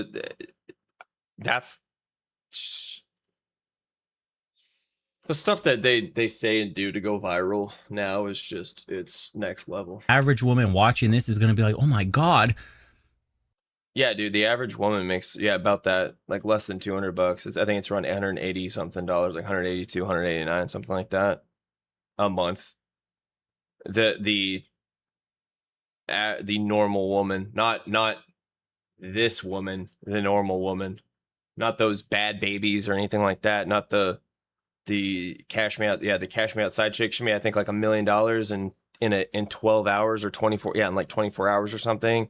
There were all these guys that were just like waiting for her to turn 18, and then as soon as she turned 18, she dropped that and then made $1 million. She made, from what I saw in like on the internet, she made over $50 million on OnlyFans. That's insane. I need to get on OnlyFans now too, and I'm gonna make millions of dollars. And of course, with feminism, and then and the internet, and all these people, the culture telling these women, you need to get money, right? You need to do this, that. You need to be independent. You need to be strong. You need to have power. You need to have resources, right? You need to act like a man in this world. That's why they jump on OnlyFans. They just jump on it. And they delude themselves into thinking, because they're tricked by these people like this, that oh, well, they're making so much money, that means I can make so much money. In their mind, I think they think it's a guarantee. It's not.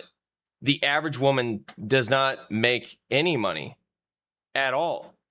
It's a really saturated market. You have to, like you said, you have to do some depraved, disgusting stuff to maybe get attention. It's the attention economy, they do the things they do for attention. It's wild.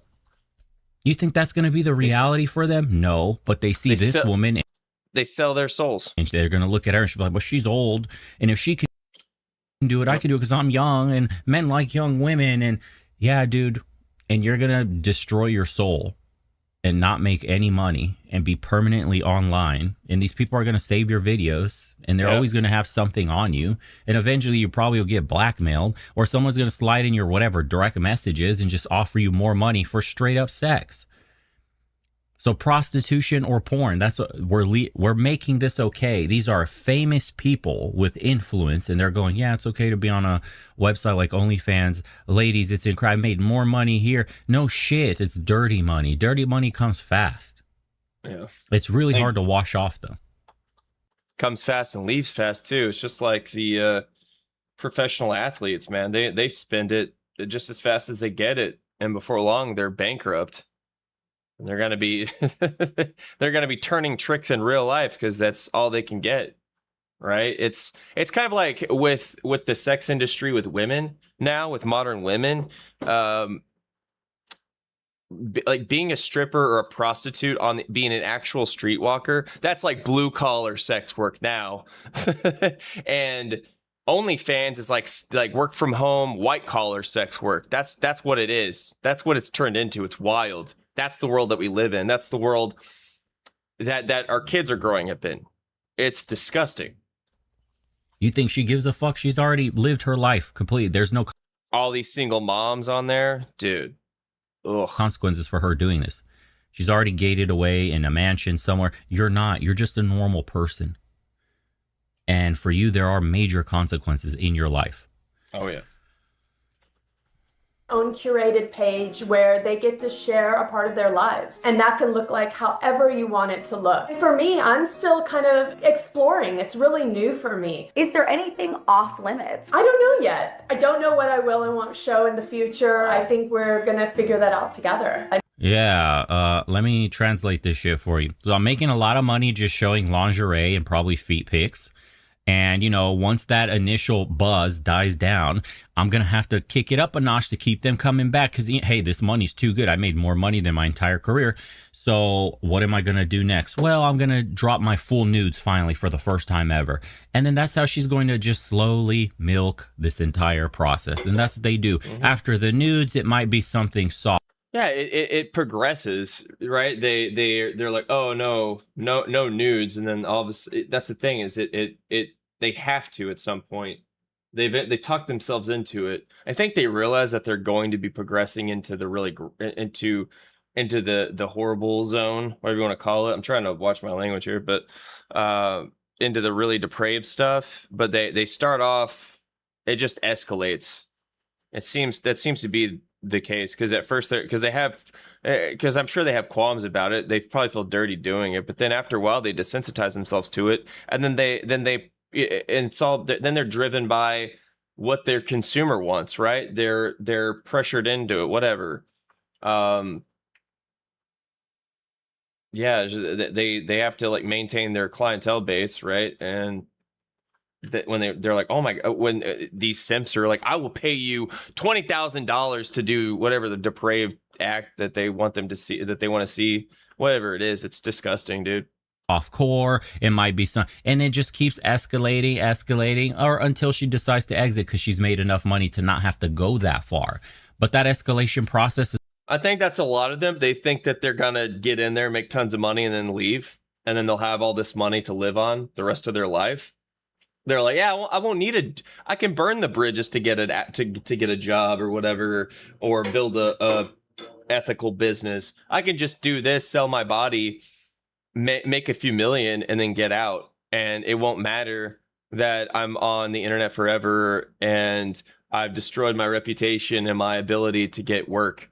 Doesn't matter. I can just relax and be on easy mode and retire early. That's probably the way that they think about it. But then they get sucked into it, and maybe they are making a lot of money, and then they start their spending goes out of control, and they start buying nice cars just to keep up with the Joneses because all the other OnlyFans chicks are doing that. So they gotta keep up with them, and they all end up going broke together. Right? And then they all get their Lambos repossessed. is what all women have to do. Some have to start at the extreme end because they're nobodies. They're not known. I never expected this to happen. My fans have been absolutely incredible and supportive. This is disgusting. You don't know a single one of your fans, dude. How are they supportive and incredible? Give me a break, dude. It's just lip service, just so you can keep them around. I'm so grateful for it. Think of that. These women, to rescue their dignity, have turned to pornography. How did we get here? In this episode, we're going to do a deep dive into the simp economy. We're going to look at how we got here, the psychology that, of course, OnlyFans. According to corporate financial reports, users spent a capital while the other person has absolutely no idea. I think the city in America that spends the most on OnlyFans is Atlanta. They spend a lot of money, dude. I mean, it's pretty bad all over the United States, but holy shit. They exist, or treat some pure tech platforms didn't just exploit this dynamic. I'm skipping through because a lot of this is turning it into a highly just telling you about the earnings and the impact and how many people are. We don't give a shit. We know a ton of people are on sucked in OnlyFans. by the free content, the TikTok dances, the Instagram gym selfies, the Twitch streams. This is the bait. The creator looks directly into the lens of their phone, making eye contact with millions of guys. Yeah, they do. They do thirst trap stuff. That's what they do, and they have their own shtick, right? They have their own shtick on it to draw men in. They figure out. They use marketing on, okay, what do men crave? What do they desire? What do they really want? Right? Because a lot of them will do that fake trad stuff. Or they'll like make sandwiches. They'll do all the PG-13 stuff on YouTube or whatever to funnel you into their OnlyFans because it pops up all the time. I see new stuff all the time on my feed of these new girls that just start these YouTube channels and stuff, and it's all a sales funnel. It's a sales funnel to get simps into the OnlyFans to pay them all their money to become one of these retarded pay pigs. Simultaneously creating the parasocial bonding. And yeah, there's dude, only really a couple of ways to actually protect yourself against this type of inflation. Sophie Rain, no, I've got no idea who she is either. Yeah, Sophie Rain, she's worth like $900 million. This OF chick is worth like over $900 million. She's almost a billionaire, and she never had to get naked. But I think, from what I heard, she eventually did. Right? It eventually escalated for her, where she started doing all the more explicit content. Reportedly made 82 million quid from the platform with. Oh, my bad. No, she was 90. Yeah, not 900. I'm crazy. Yeah, that was nuts. Yeah, it was 90 million, not 900 million. Sorry. She's almost 100 millionaire from being from OnlyFans. One of her subscribers, Charlie. Dude, this is crazy to me. That's mid at best. I'm so sorry. How the fuck does like the average girl next door earn $82 fucking million? It blows my mind. When I was growing up, what we considered hot was like, hey, just pick any of your 90s movie stars, singers. Yeah, like that one actress from The Girl Next Door, right?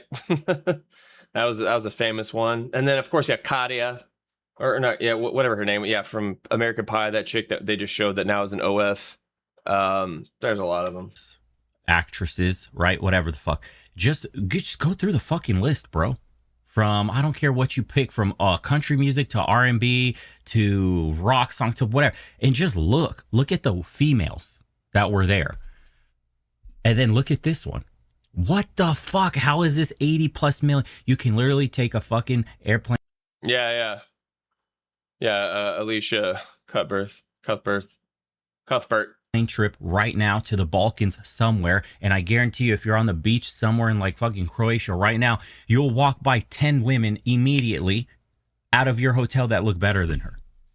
Yeah, dude, I dated a Croatian chick a few years back. She was pretty hot. I think I met her off Bumble.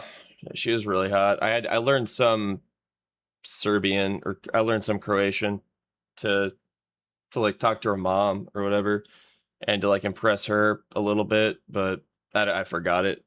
I eventually ended it with her. It wasn't working out. What is happening to men? This shit blows my mind, dude. This is a symptom of real sickness. She had like this feminist friend that was telling her, don't cook for him right away. Don't cook for him, dude. But luckily she didn't listen to her. But yeah, she had a really annoying feminist friend. It was funny because I actually matched with her before I matched with the girl I ended up dating, and they were friends. And I think I had a conversation with her about like catfishing, and she disagreed with she disagreed that women can catfish. And I'm like, yeah, because there are a lot of women that are overweight, but they have like the angles, and they make it look like they're not overweight. And I coined that fat fishing. Like when a chick is fat and she's trying to she scams you for a date by taking pictures at the upward angle and using old photos, and then you show up and she's like 200 or 300 pounds. It's fat fishing. To be a woman today, and well, I guess, hey, maybe I'm too fucking old and my tastes have, they're different. Tastes have changed today, perhaps. Looking like a fucking alien, like that one chick that they keep pushing in movies. I don't even know she's like, that mixed chick. What's her name? Zendaya? Is that her name? Zendaya? I don't know what the fuck. Zendia? I don't know what the fuck her name is. Zendaya. Just neat as hell, but constantly gets pushed, and they're trying so hard to uphold her as like a standard of beauty. It's like, no, dude, what are you talking about?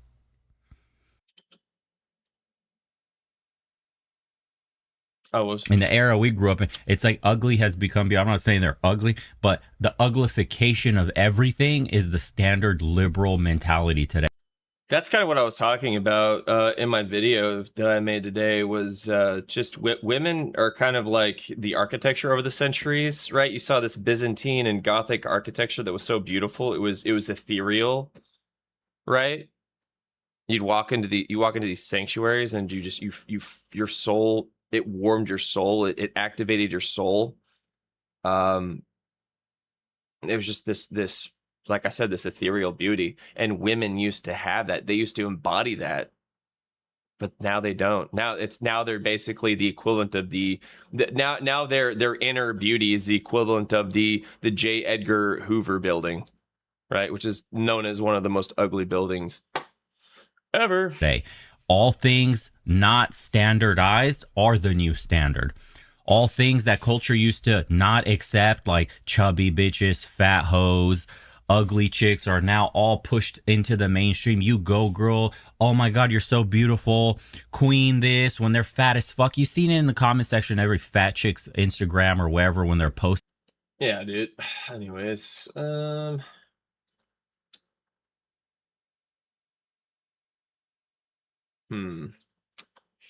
for real, just look at female protagonists in video games nowadays. Oh, dude, they've ruined video games. They've ruined movies. Right, that new Supergirl movie.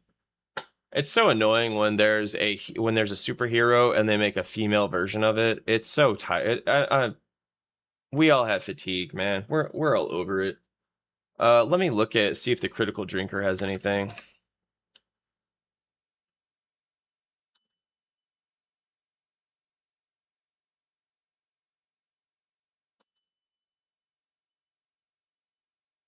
Hold up here. 1 second.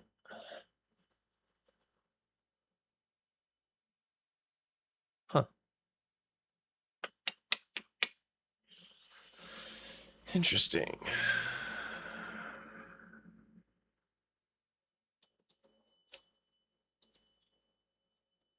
Oh, there it is.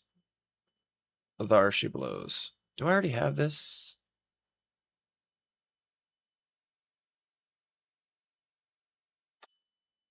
Hold on. What the heck is it?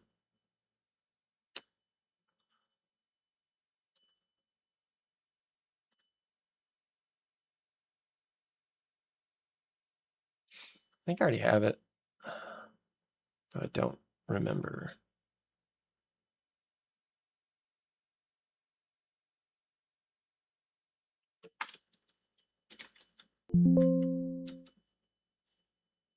No.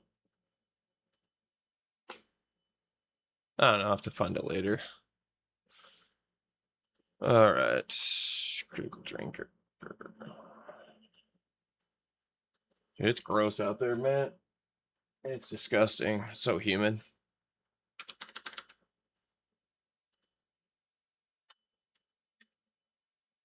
Oh, okay. It's got a few stuff out. A few things here. Young Washington, America Forever. Double Crash and Burn, the Mickey Rourke story. Oh, yeah, Mickey Rourke. He looks rough. Bro he looks real rough. The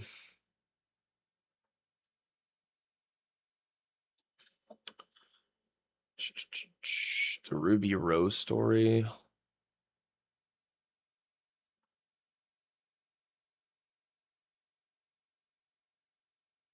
Let's watch the Will Smith story. That's always fun.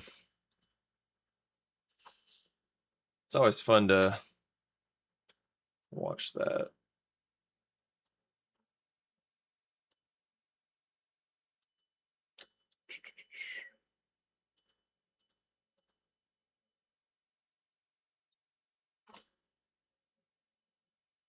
I don't know, I guess.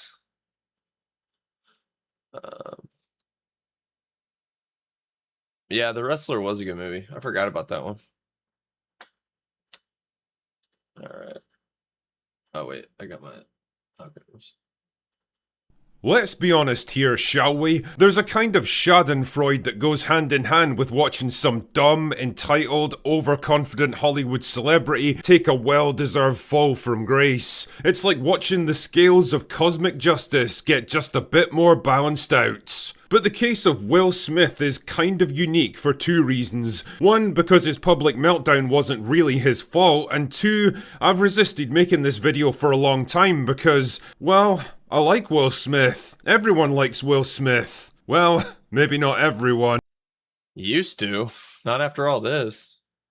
I practically grew up with his movies, and he's been around for so long that he felt like a pillar of Hollywood society. He was like America's lovable big brother. Funny, jovial, brimming with confidence and energy and charisma. He doesn't embody in real life what he embodies in his movies, though. He's anything but a simp. Well, except Hitch. The movie Hitch, he was like a simp, and then he learned from it, and they became this like cool guy that could help other guys out with chicks. But then, yeah, that's the thing is in real life, he was the Hitch character when he was a loser. Just edgy enough to be cool, and just safe and family friendly enough to be plugged into the Hollywood marketing machine and turned into a global megastar. For years, he was one of the world's biggest box office draws in a time when movie stars were still a thing. His name alone could get projects the green light and millions of arses into seats. But then, it all began to unravel in a tragic slow-motion train wreck of box office flops, public humiliations, and explosive meltdowns. So join me, the critical drinker, as we examine the tragic crash and burn of Will Smith. Willard Carroll Smith was born in 1968, the son of a US Air Force veteran and a school board administrator. In West Philadelphia, born and raised, on the playground is where he spent most of his days. Fuck! With an interest in rap music, he soon struck up a friendship with DJ Jazzy Jeff after meeting him by chance at a house party when his hype man failed to show up, and they ended up forming a hip-hop group together. Record deals soon followed, and by the late 80s the group was riding high. Smith became well known for rapping without using swear words, which was pretty unusual at the time. Apparently his gran found some of his edgy lyrics when he was a kid and left him a little note. Dear Willard, truly intelligent people do not have to use words like this to express themselves. Please show the world that you're as smart as we think you are. Fuck me, that's a classy lady right there. Oh wait, I just kind of proved her point, didn't I? Anyway, all was not entirely well for the Fresh Prince. See, one of the problems with being rich and successful is that you have to pay taxes. Unfortunately, nobody seems to have told Will Smith about that, and in 1990, the IRS slapped him with a $2.8 million tax bill, leaving him basically broke. I mean, what can I say? Fuck those guys. Luckily for him though, destiny came a-calling in the shape of The Fresh Prince of Bel-Air, a sitcom loosely based around his rap persona. Smith turned out to be absolutely perfect for the role, partly because he was basically just playing an exaggerated version of himself, but mostly because he was a natural in front of the camera. Funny, energetic, charismatic, and with an acting range just varied enough to make the more dramatic moments work. Fresh Prince would go on to be a smash hit that ran for 6 seasons, solving his financial problems and, more importantly, opening up a whole new career path for him. Propelled by his success, Smith set himself the goal of becoming the biggest movie star in Hollywood.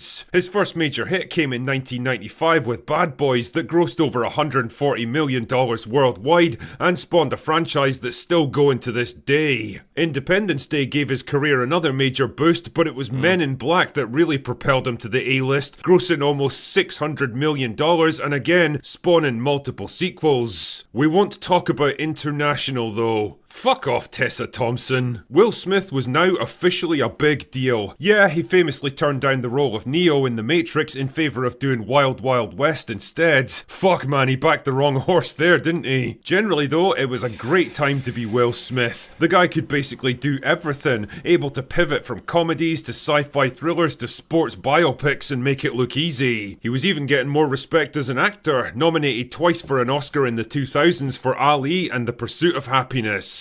More importantly, his public image was so strong that even when one of his movies flopped, nobody seemed to care too much. He was basically the perfect Hollywood celebrity, a talented, charismatic, self-deprecating family man who never courted controversy, never said the wrong thing or pissed anyone off. Cool enough to appeal to kids, but safe enough to be marketed to families as well. Unfortunately, family would prove to be the instrument of his downfall.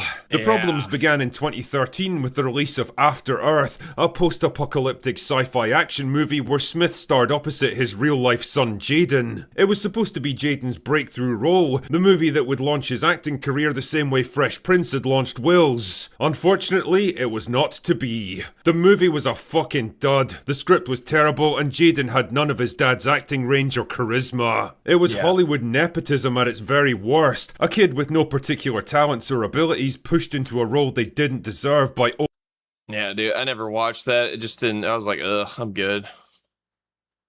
Yeah, his acting sucks.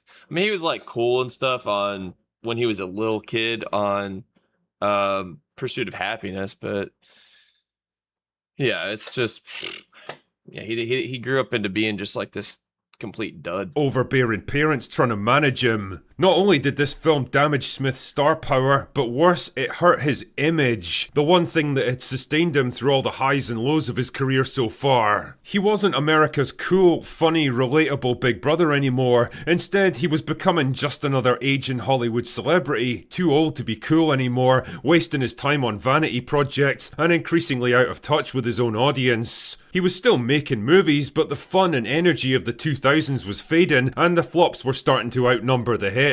Yeah, Aladdin brought in over $1 billion despite brutal reviews, but Suicide Squad was a high-profile failure, Bright was another piece of forgettable Netflix slop, and Gemini Man proved that 2 Will Smiths in one movie did not equal twice the fun. But the real tragedy was about to unfold, dear viewer, and Will Smith's destroyer came in the shape of his... Oh yeah, Wild Wild West. Didn't that have didn't he start with Kevin Kline on that one. Wasn't it Kevin Kline? Own wife, Jada. She'd been an actor herself back in the day, but the march of time eventually took its toll, mainstream roles dried up, and Jada did what most washed-up Hollywood actresses that have aged out of the industry do. She became some kind of bullshit self-help guru / lifestyle coach. Oh, man.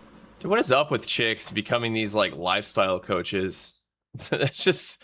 it's always these chicks that are hot messes too. They don't have their life together at all, but yet these women are women from the sisterhood are paying them money to help them with their sex lives or just whatever. I don't even know, dude. They're really difficult to talk to. I've talked to one before, and I met one through a dating app and hung out there a few times, but. Dude, she gave me, just talking to her gave me anxiety. She had baggage, man. She was like 24. She had, this is back in like 5 years ago. She was like 24. She had a lot of stuff going on. She just moved back from New York City, like moved out of her boyfriend's place, and she was doing that life coach stuff, and was into just really weird. She just, the way that she spoke about things was just really annoying. We didn't really connect. Man. Oh God, oh man. Fuck off, as if someone like Jada Smith's got any kind of insight into real life. Now, rumours had been circulating for years that the two of them were in an open marriage, and in June of 2020, shit finally got real when rapper August Alsina publicly revealed he'd had an affair with Jada, who was more than 20 years his senior, and that Will himself had given the relationship his blessing. The media firestorm that erupted needed careful management, so naturally Jada did the smart... Oh yeah, that's the new word for I cheated on you is I had an entanglement. That's their euphemism for I cheated. Me and August had we had an entanglement. Like, yeah, you cheated on him. It's your son's best friend or your son's friend. I don't know if they're best friends. It's your son's friend. You cheated on your husband with your son's friend. You didn't have an entanglement. Thing and decided to bring Will onto her Red Table talk show to discuss the entire situation, because nothing says dignified silence like airing all your dirty laundry in front of millions of people. Will Smith was just a cur in that whole thing. What followed wasn't just a car crash, it was a full-on emotional torture session, instigated almost entirely by Jada. You can practically see Will's soul getting crushed in real time as she bangs on about entanglements. Because I guess that's the word we use now when a rich middle-aged woman fucks a guy literally young enough to be her son. And basically lays all the blame for this whole thing at his feet. No apologies, no self-reflection, no accountability, just... Shit. Oh yeah, The Middle. Yeah, my son and I like to watch The Middle. It's an alright. It's got that dude from... It's got the janitor from Scrubs. It's an alright show. It's got some propaganda in it for sure. It's got some feminist propaganda that I noticed, but... I mean, it's a better house in a bad neighborhood for sure. You're fucking hubris. Yeah, you're really not doing much to break the stereotype that personal accountability is to women what garlic is to vampires. But what's saddest of all here is that Will just kind of takes it. He doesn't get angry, he doesn't try to defend himself or call her out on her bullshit. He just sits there, a broken man getting publicly cucked and humiliated in front of millions of people under the guise of healing or whatever. The damage to his reputation was enormous. The image of the cool rapper and Hollywood megastar, the strong husband and family man was completely obliterated. Now he just looked kind of sad and pathetic and old. His public fall from grace probably reached its apex at the 2022 Oscars, where Smith himself was up for Best Actor for his role in King Richard's. Normally a complete snore fest, things took a turn for the worse when Chris Rock made a brief joke about Jada's shaved heads. And well, what followed will live forever in Hollywood infamy.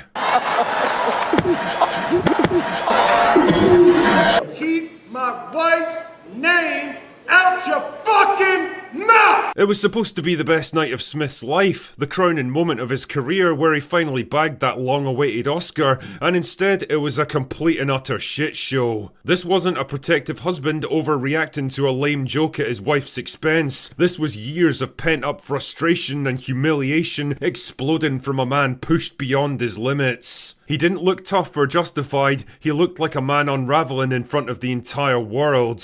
In the wake of the controversy, he went into comeback mode and tried to curry favour in critical circles with Emancipation, another Oscar bait movie about slavery that failed to make much of an impact. With not much else available, he returned to Old Dependable, the Bad Boys franchise with Ride or Die, a modest box office success that proved he could still be a viable action star. His career is still kinda limping along, I guess. He's still making movies, but the magic just isn't there anymore. He's not the same guy he was in his 2000s heyday. The confidence and the swagger and the optimism's been chipped away. He's not the box office megastar who could launch movies on his name recognition alone. He's a tarnished brand now, still standing more or less, but damaged and scarred by years of controversies and humiliation. And as for Jada, well, she wrote a book about her experiences.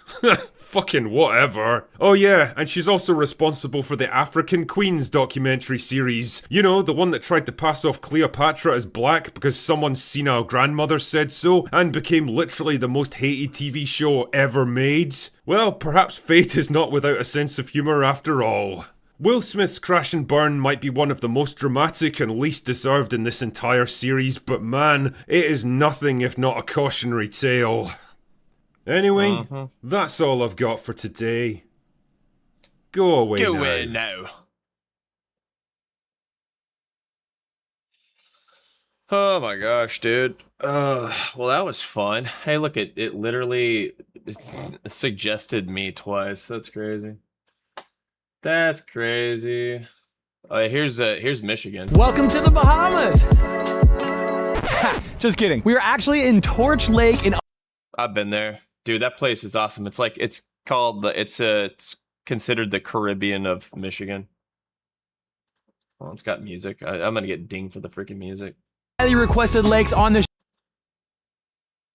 That place is sick, though. I need to go there. I haven't been there in a minute. It's been a few years since I've been to Torch Lake. It's not that far away. It's like 2.5 hours from my house. 600 plus miles later. Can you stop playing that freaking copyright music, dude? Good lord. Boat ramp, and it was incredibly freaking tight. I almost couldn't make the turn. Alright. Enough of that. Oh, man. Hold up. Wait a minute.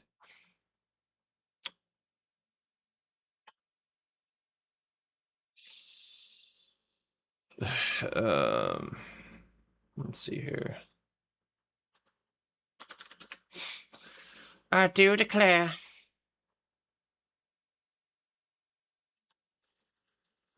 My chinny chin chin chin.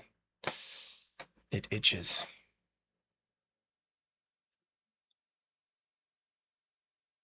Oh, we'll watch some Asmongold. Oh no, never mind. That's him reacting to that thing I've reacted to already.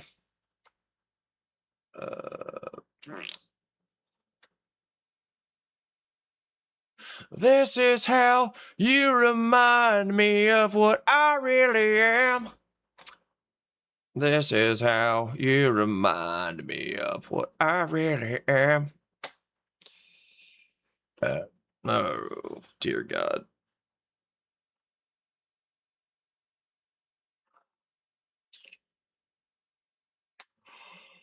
Oh my God, bro.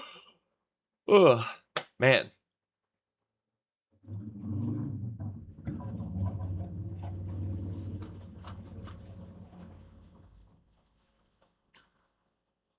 Bro is still asleep. He'll definitely have to take a deuce when he wakes up. Huh.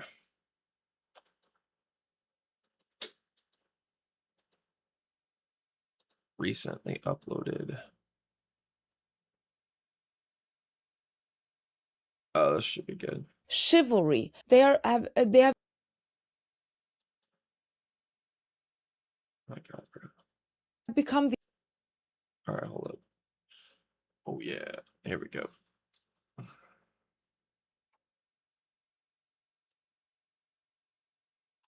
chivalry. They have become these elaborate performances that are the bare minimum. They are just you being treated properly. Romance has become a theater. It's not about the future. It's about propping up girls' egos even further.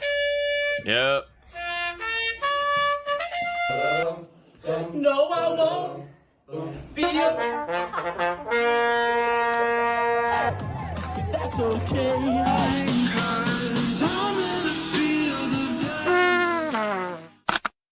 I mean, oh yeah, it's cute and sweet until you speak to this mother that I was speaking to the other day. Now she's slightly older than me. She has sons several sons, and they're grown, dating. And she was close to tears. She's a really decent woman, and her sons are as well. They are educated, employed. They just want to build normal, happy lives. And these girls, she said to me, they don't really have much. They just take and take. I just turned down a first date I had said yes to. I like that he had made solid plans, but here's the deal breaker. I asked if he was going to send a car for me, and he responded with, "Do you really need that?" I mean, technically no one needs anything, but yes, that's what I want. You know, they don't have the money for this. She's expecting that he pick her up in a limousine. She's expecting things that he cannot afford, not even for himself. I do not accept a coffee or a walk as a possible date option, and neither should. Well,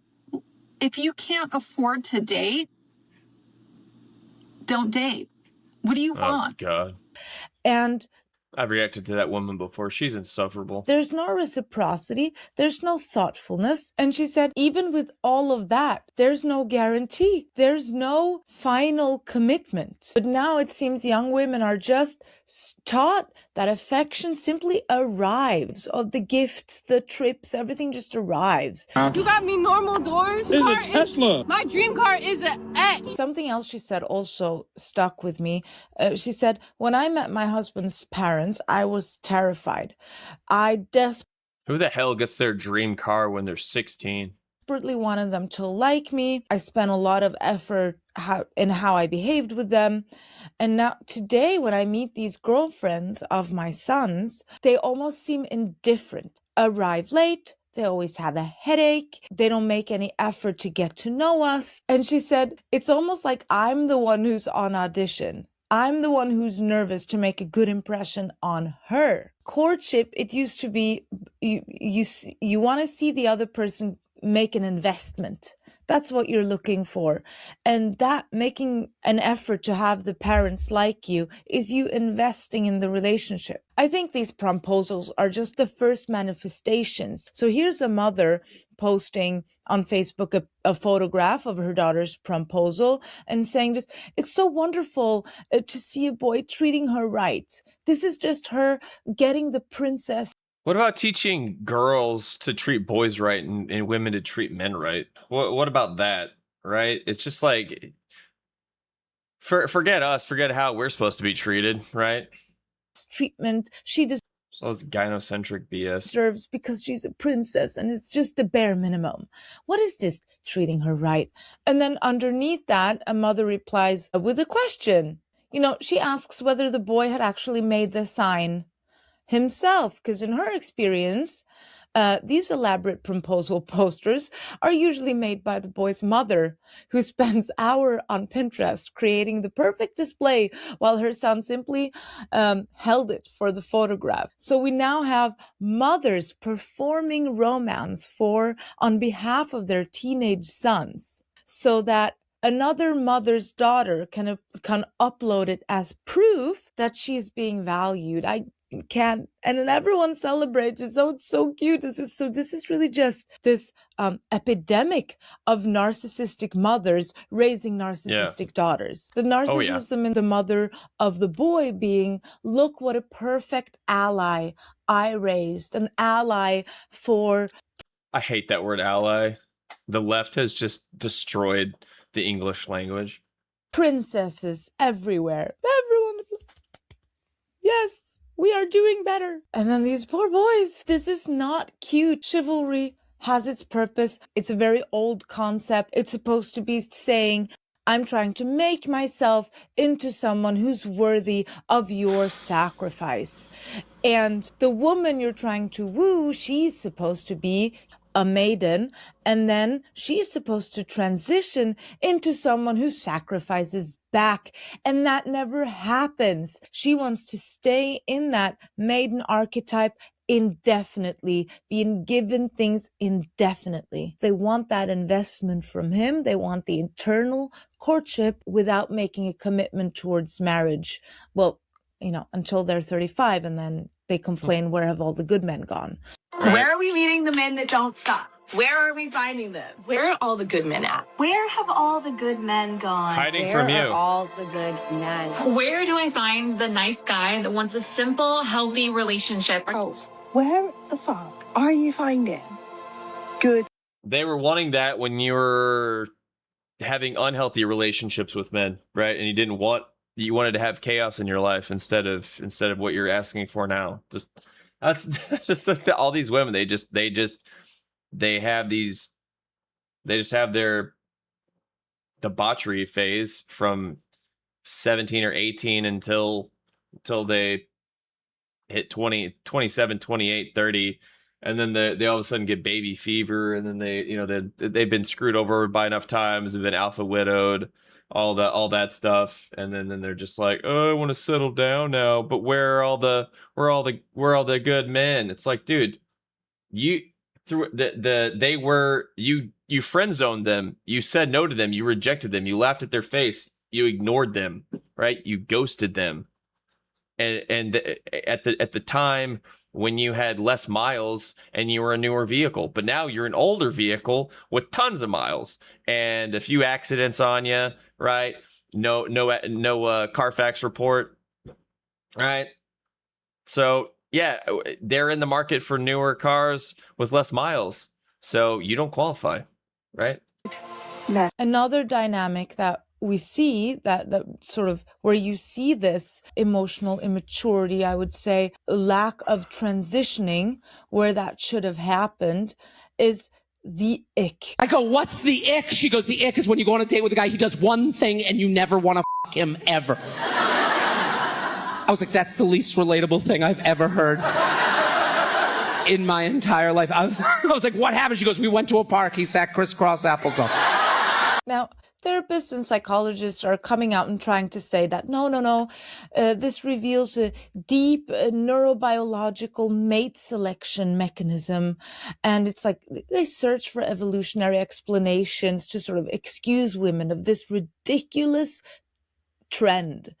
Yeah, anything to excuse women. Anything. What's your biggest ick? It's a train ticket. What? Did you say buy a train ticket? Yeah, buy a train ticket. Honestly, it's actually disgusting. It's not manly. It's not manly to buy a train ticket. So he's supposed to just hop on without paying. That's manly. Like what the fuck is that even? What? Buy a train ticket. No, it's petty. It's little boy behavior. It's ridiculous. It's little boy behavior to buy a train ticket.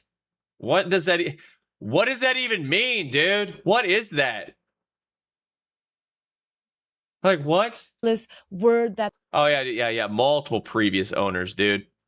Tons of them. So many. That drove the wheels off. They used to disqualify men. I don't believe any of it, because if you look at what women say when asked what gives you the ick, there's no obvious biological principle connecting these behaviors at all. So if this were an evolved mechanism for avoiding poor mates, then we'd expect some consistency, right? Instead, right. The triggers are astonishingly arbitrary. They occur precisely when the man stops performing effortless confidence and starts revealing that he has feelings, that he is a human being who is sometimes awkward, that becomes emotionally invested, that reveals vulnerability, that he is a human being that she has to show empathy for, she has to relate to, and she gets the ick. This morning I was on a flight with my fiance and he got a nosebleed and I got the ick. It's so cruel. Do you know why? One, because he just got a nosebleed, like at the most inconvenient time. We just landed, the seatbelt sign was still on. He's doing an 11. I'm like, calm down. Two, he's acting as if it's painful. Bless him. And I'm like, it's not painful. And he's like, And I'm like, it's not painful though. Dude, oh, look at that. Dude, this guy was dumb enough to marry her. And look at her insulting him. And for tens of millions of people, hundreds of millions of people to watch this, if not more. Dude, that's messed up, man. She is disparaging her husband and making fun of him and calling him a wimp and a loser, basically. Like, are you hearing this? This is insane. This is how women treat men. It's freaking wild. Like, she is making fun of her husband. That is just low. That's low, dude. It's not painful. I do it professionally. It's giving ick. Mhm. It seems they want someone who appears completely self-sufficient, emotionally controlled, socially desired. They're selecting for a man who can permanently occupy this role of protector and provider, an emotional anchor, someone who requires very little emotional caretaking in return because they want to be in this maiden role forever. I get the ick so fucking quickly. Like, if you are not obsessed, if you're not obsessed with me, I don't want it. I'm immediately not interested. Like, what? No. Thirsty. You need to be Honey, fix that tan line. You look trashy. absolutely starving for me. If I even feel remotely like you're not as into me as you were yesterday, like, I'm gone. So sorry about that. Not really sorry. They want a permanent psychological structure of courtship, and for that, he can't become someone she has to take care of and perform empathy for, etc. This reel is disturbing in that sense, showing how even in a marriage, a man can't get the basic level of empathy from his wife. What are you doing? Thought you were working. I'm looking at this. What is it? It's wire. It's a spool of wire.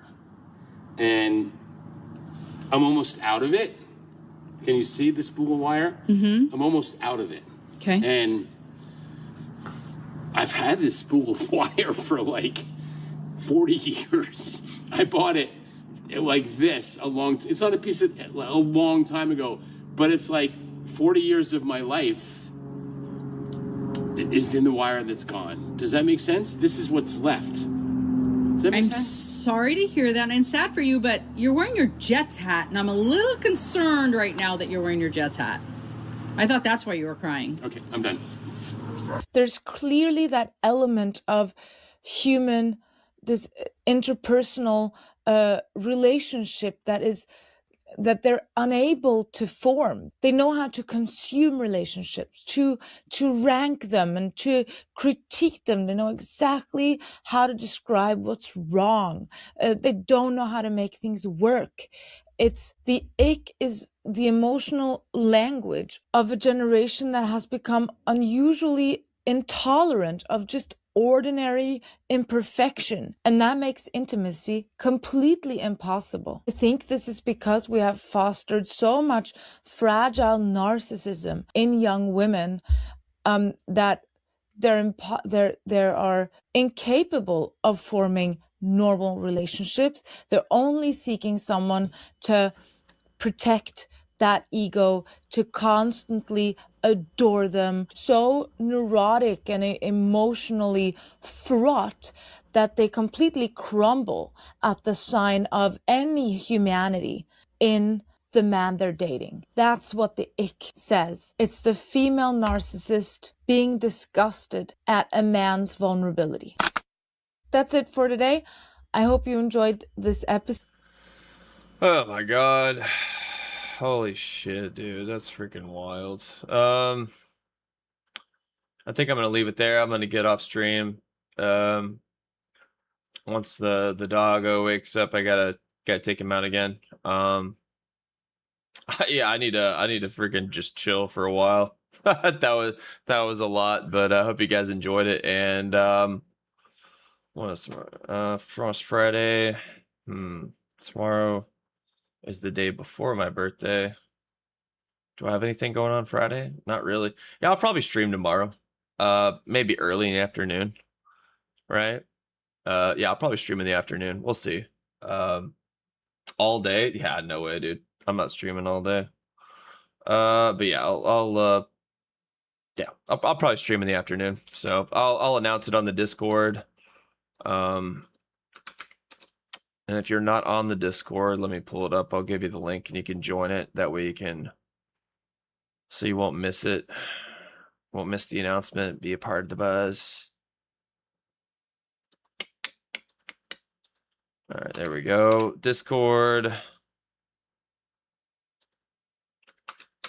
So there we go. Join the Discord if you're not already. Join at the bottom. There's also on the pinned comment in the YouTube section, there's my Kick link. So go follow me on Kick. I prefer to be streaming on Kick, not YouTube, because that way I don't have to worry about copyright. I don't have to worry about hate speech, really.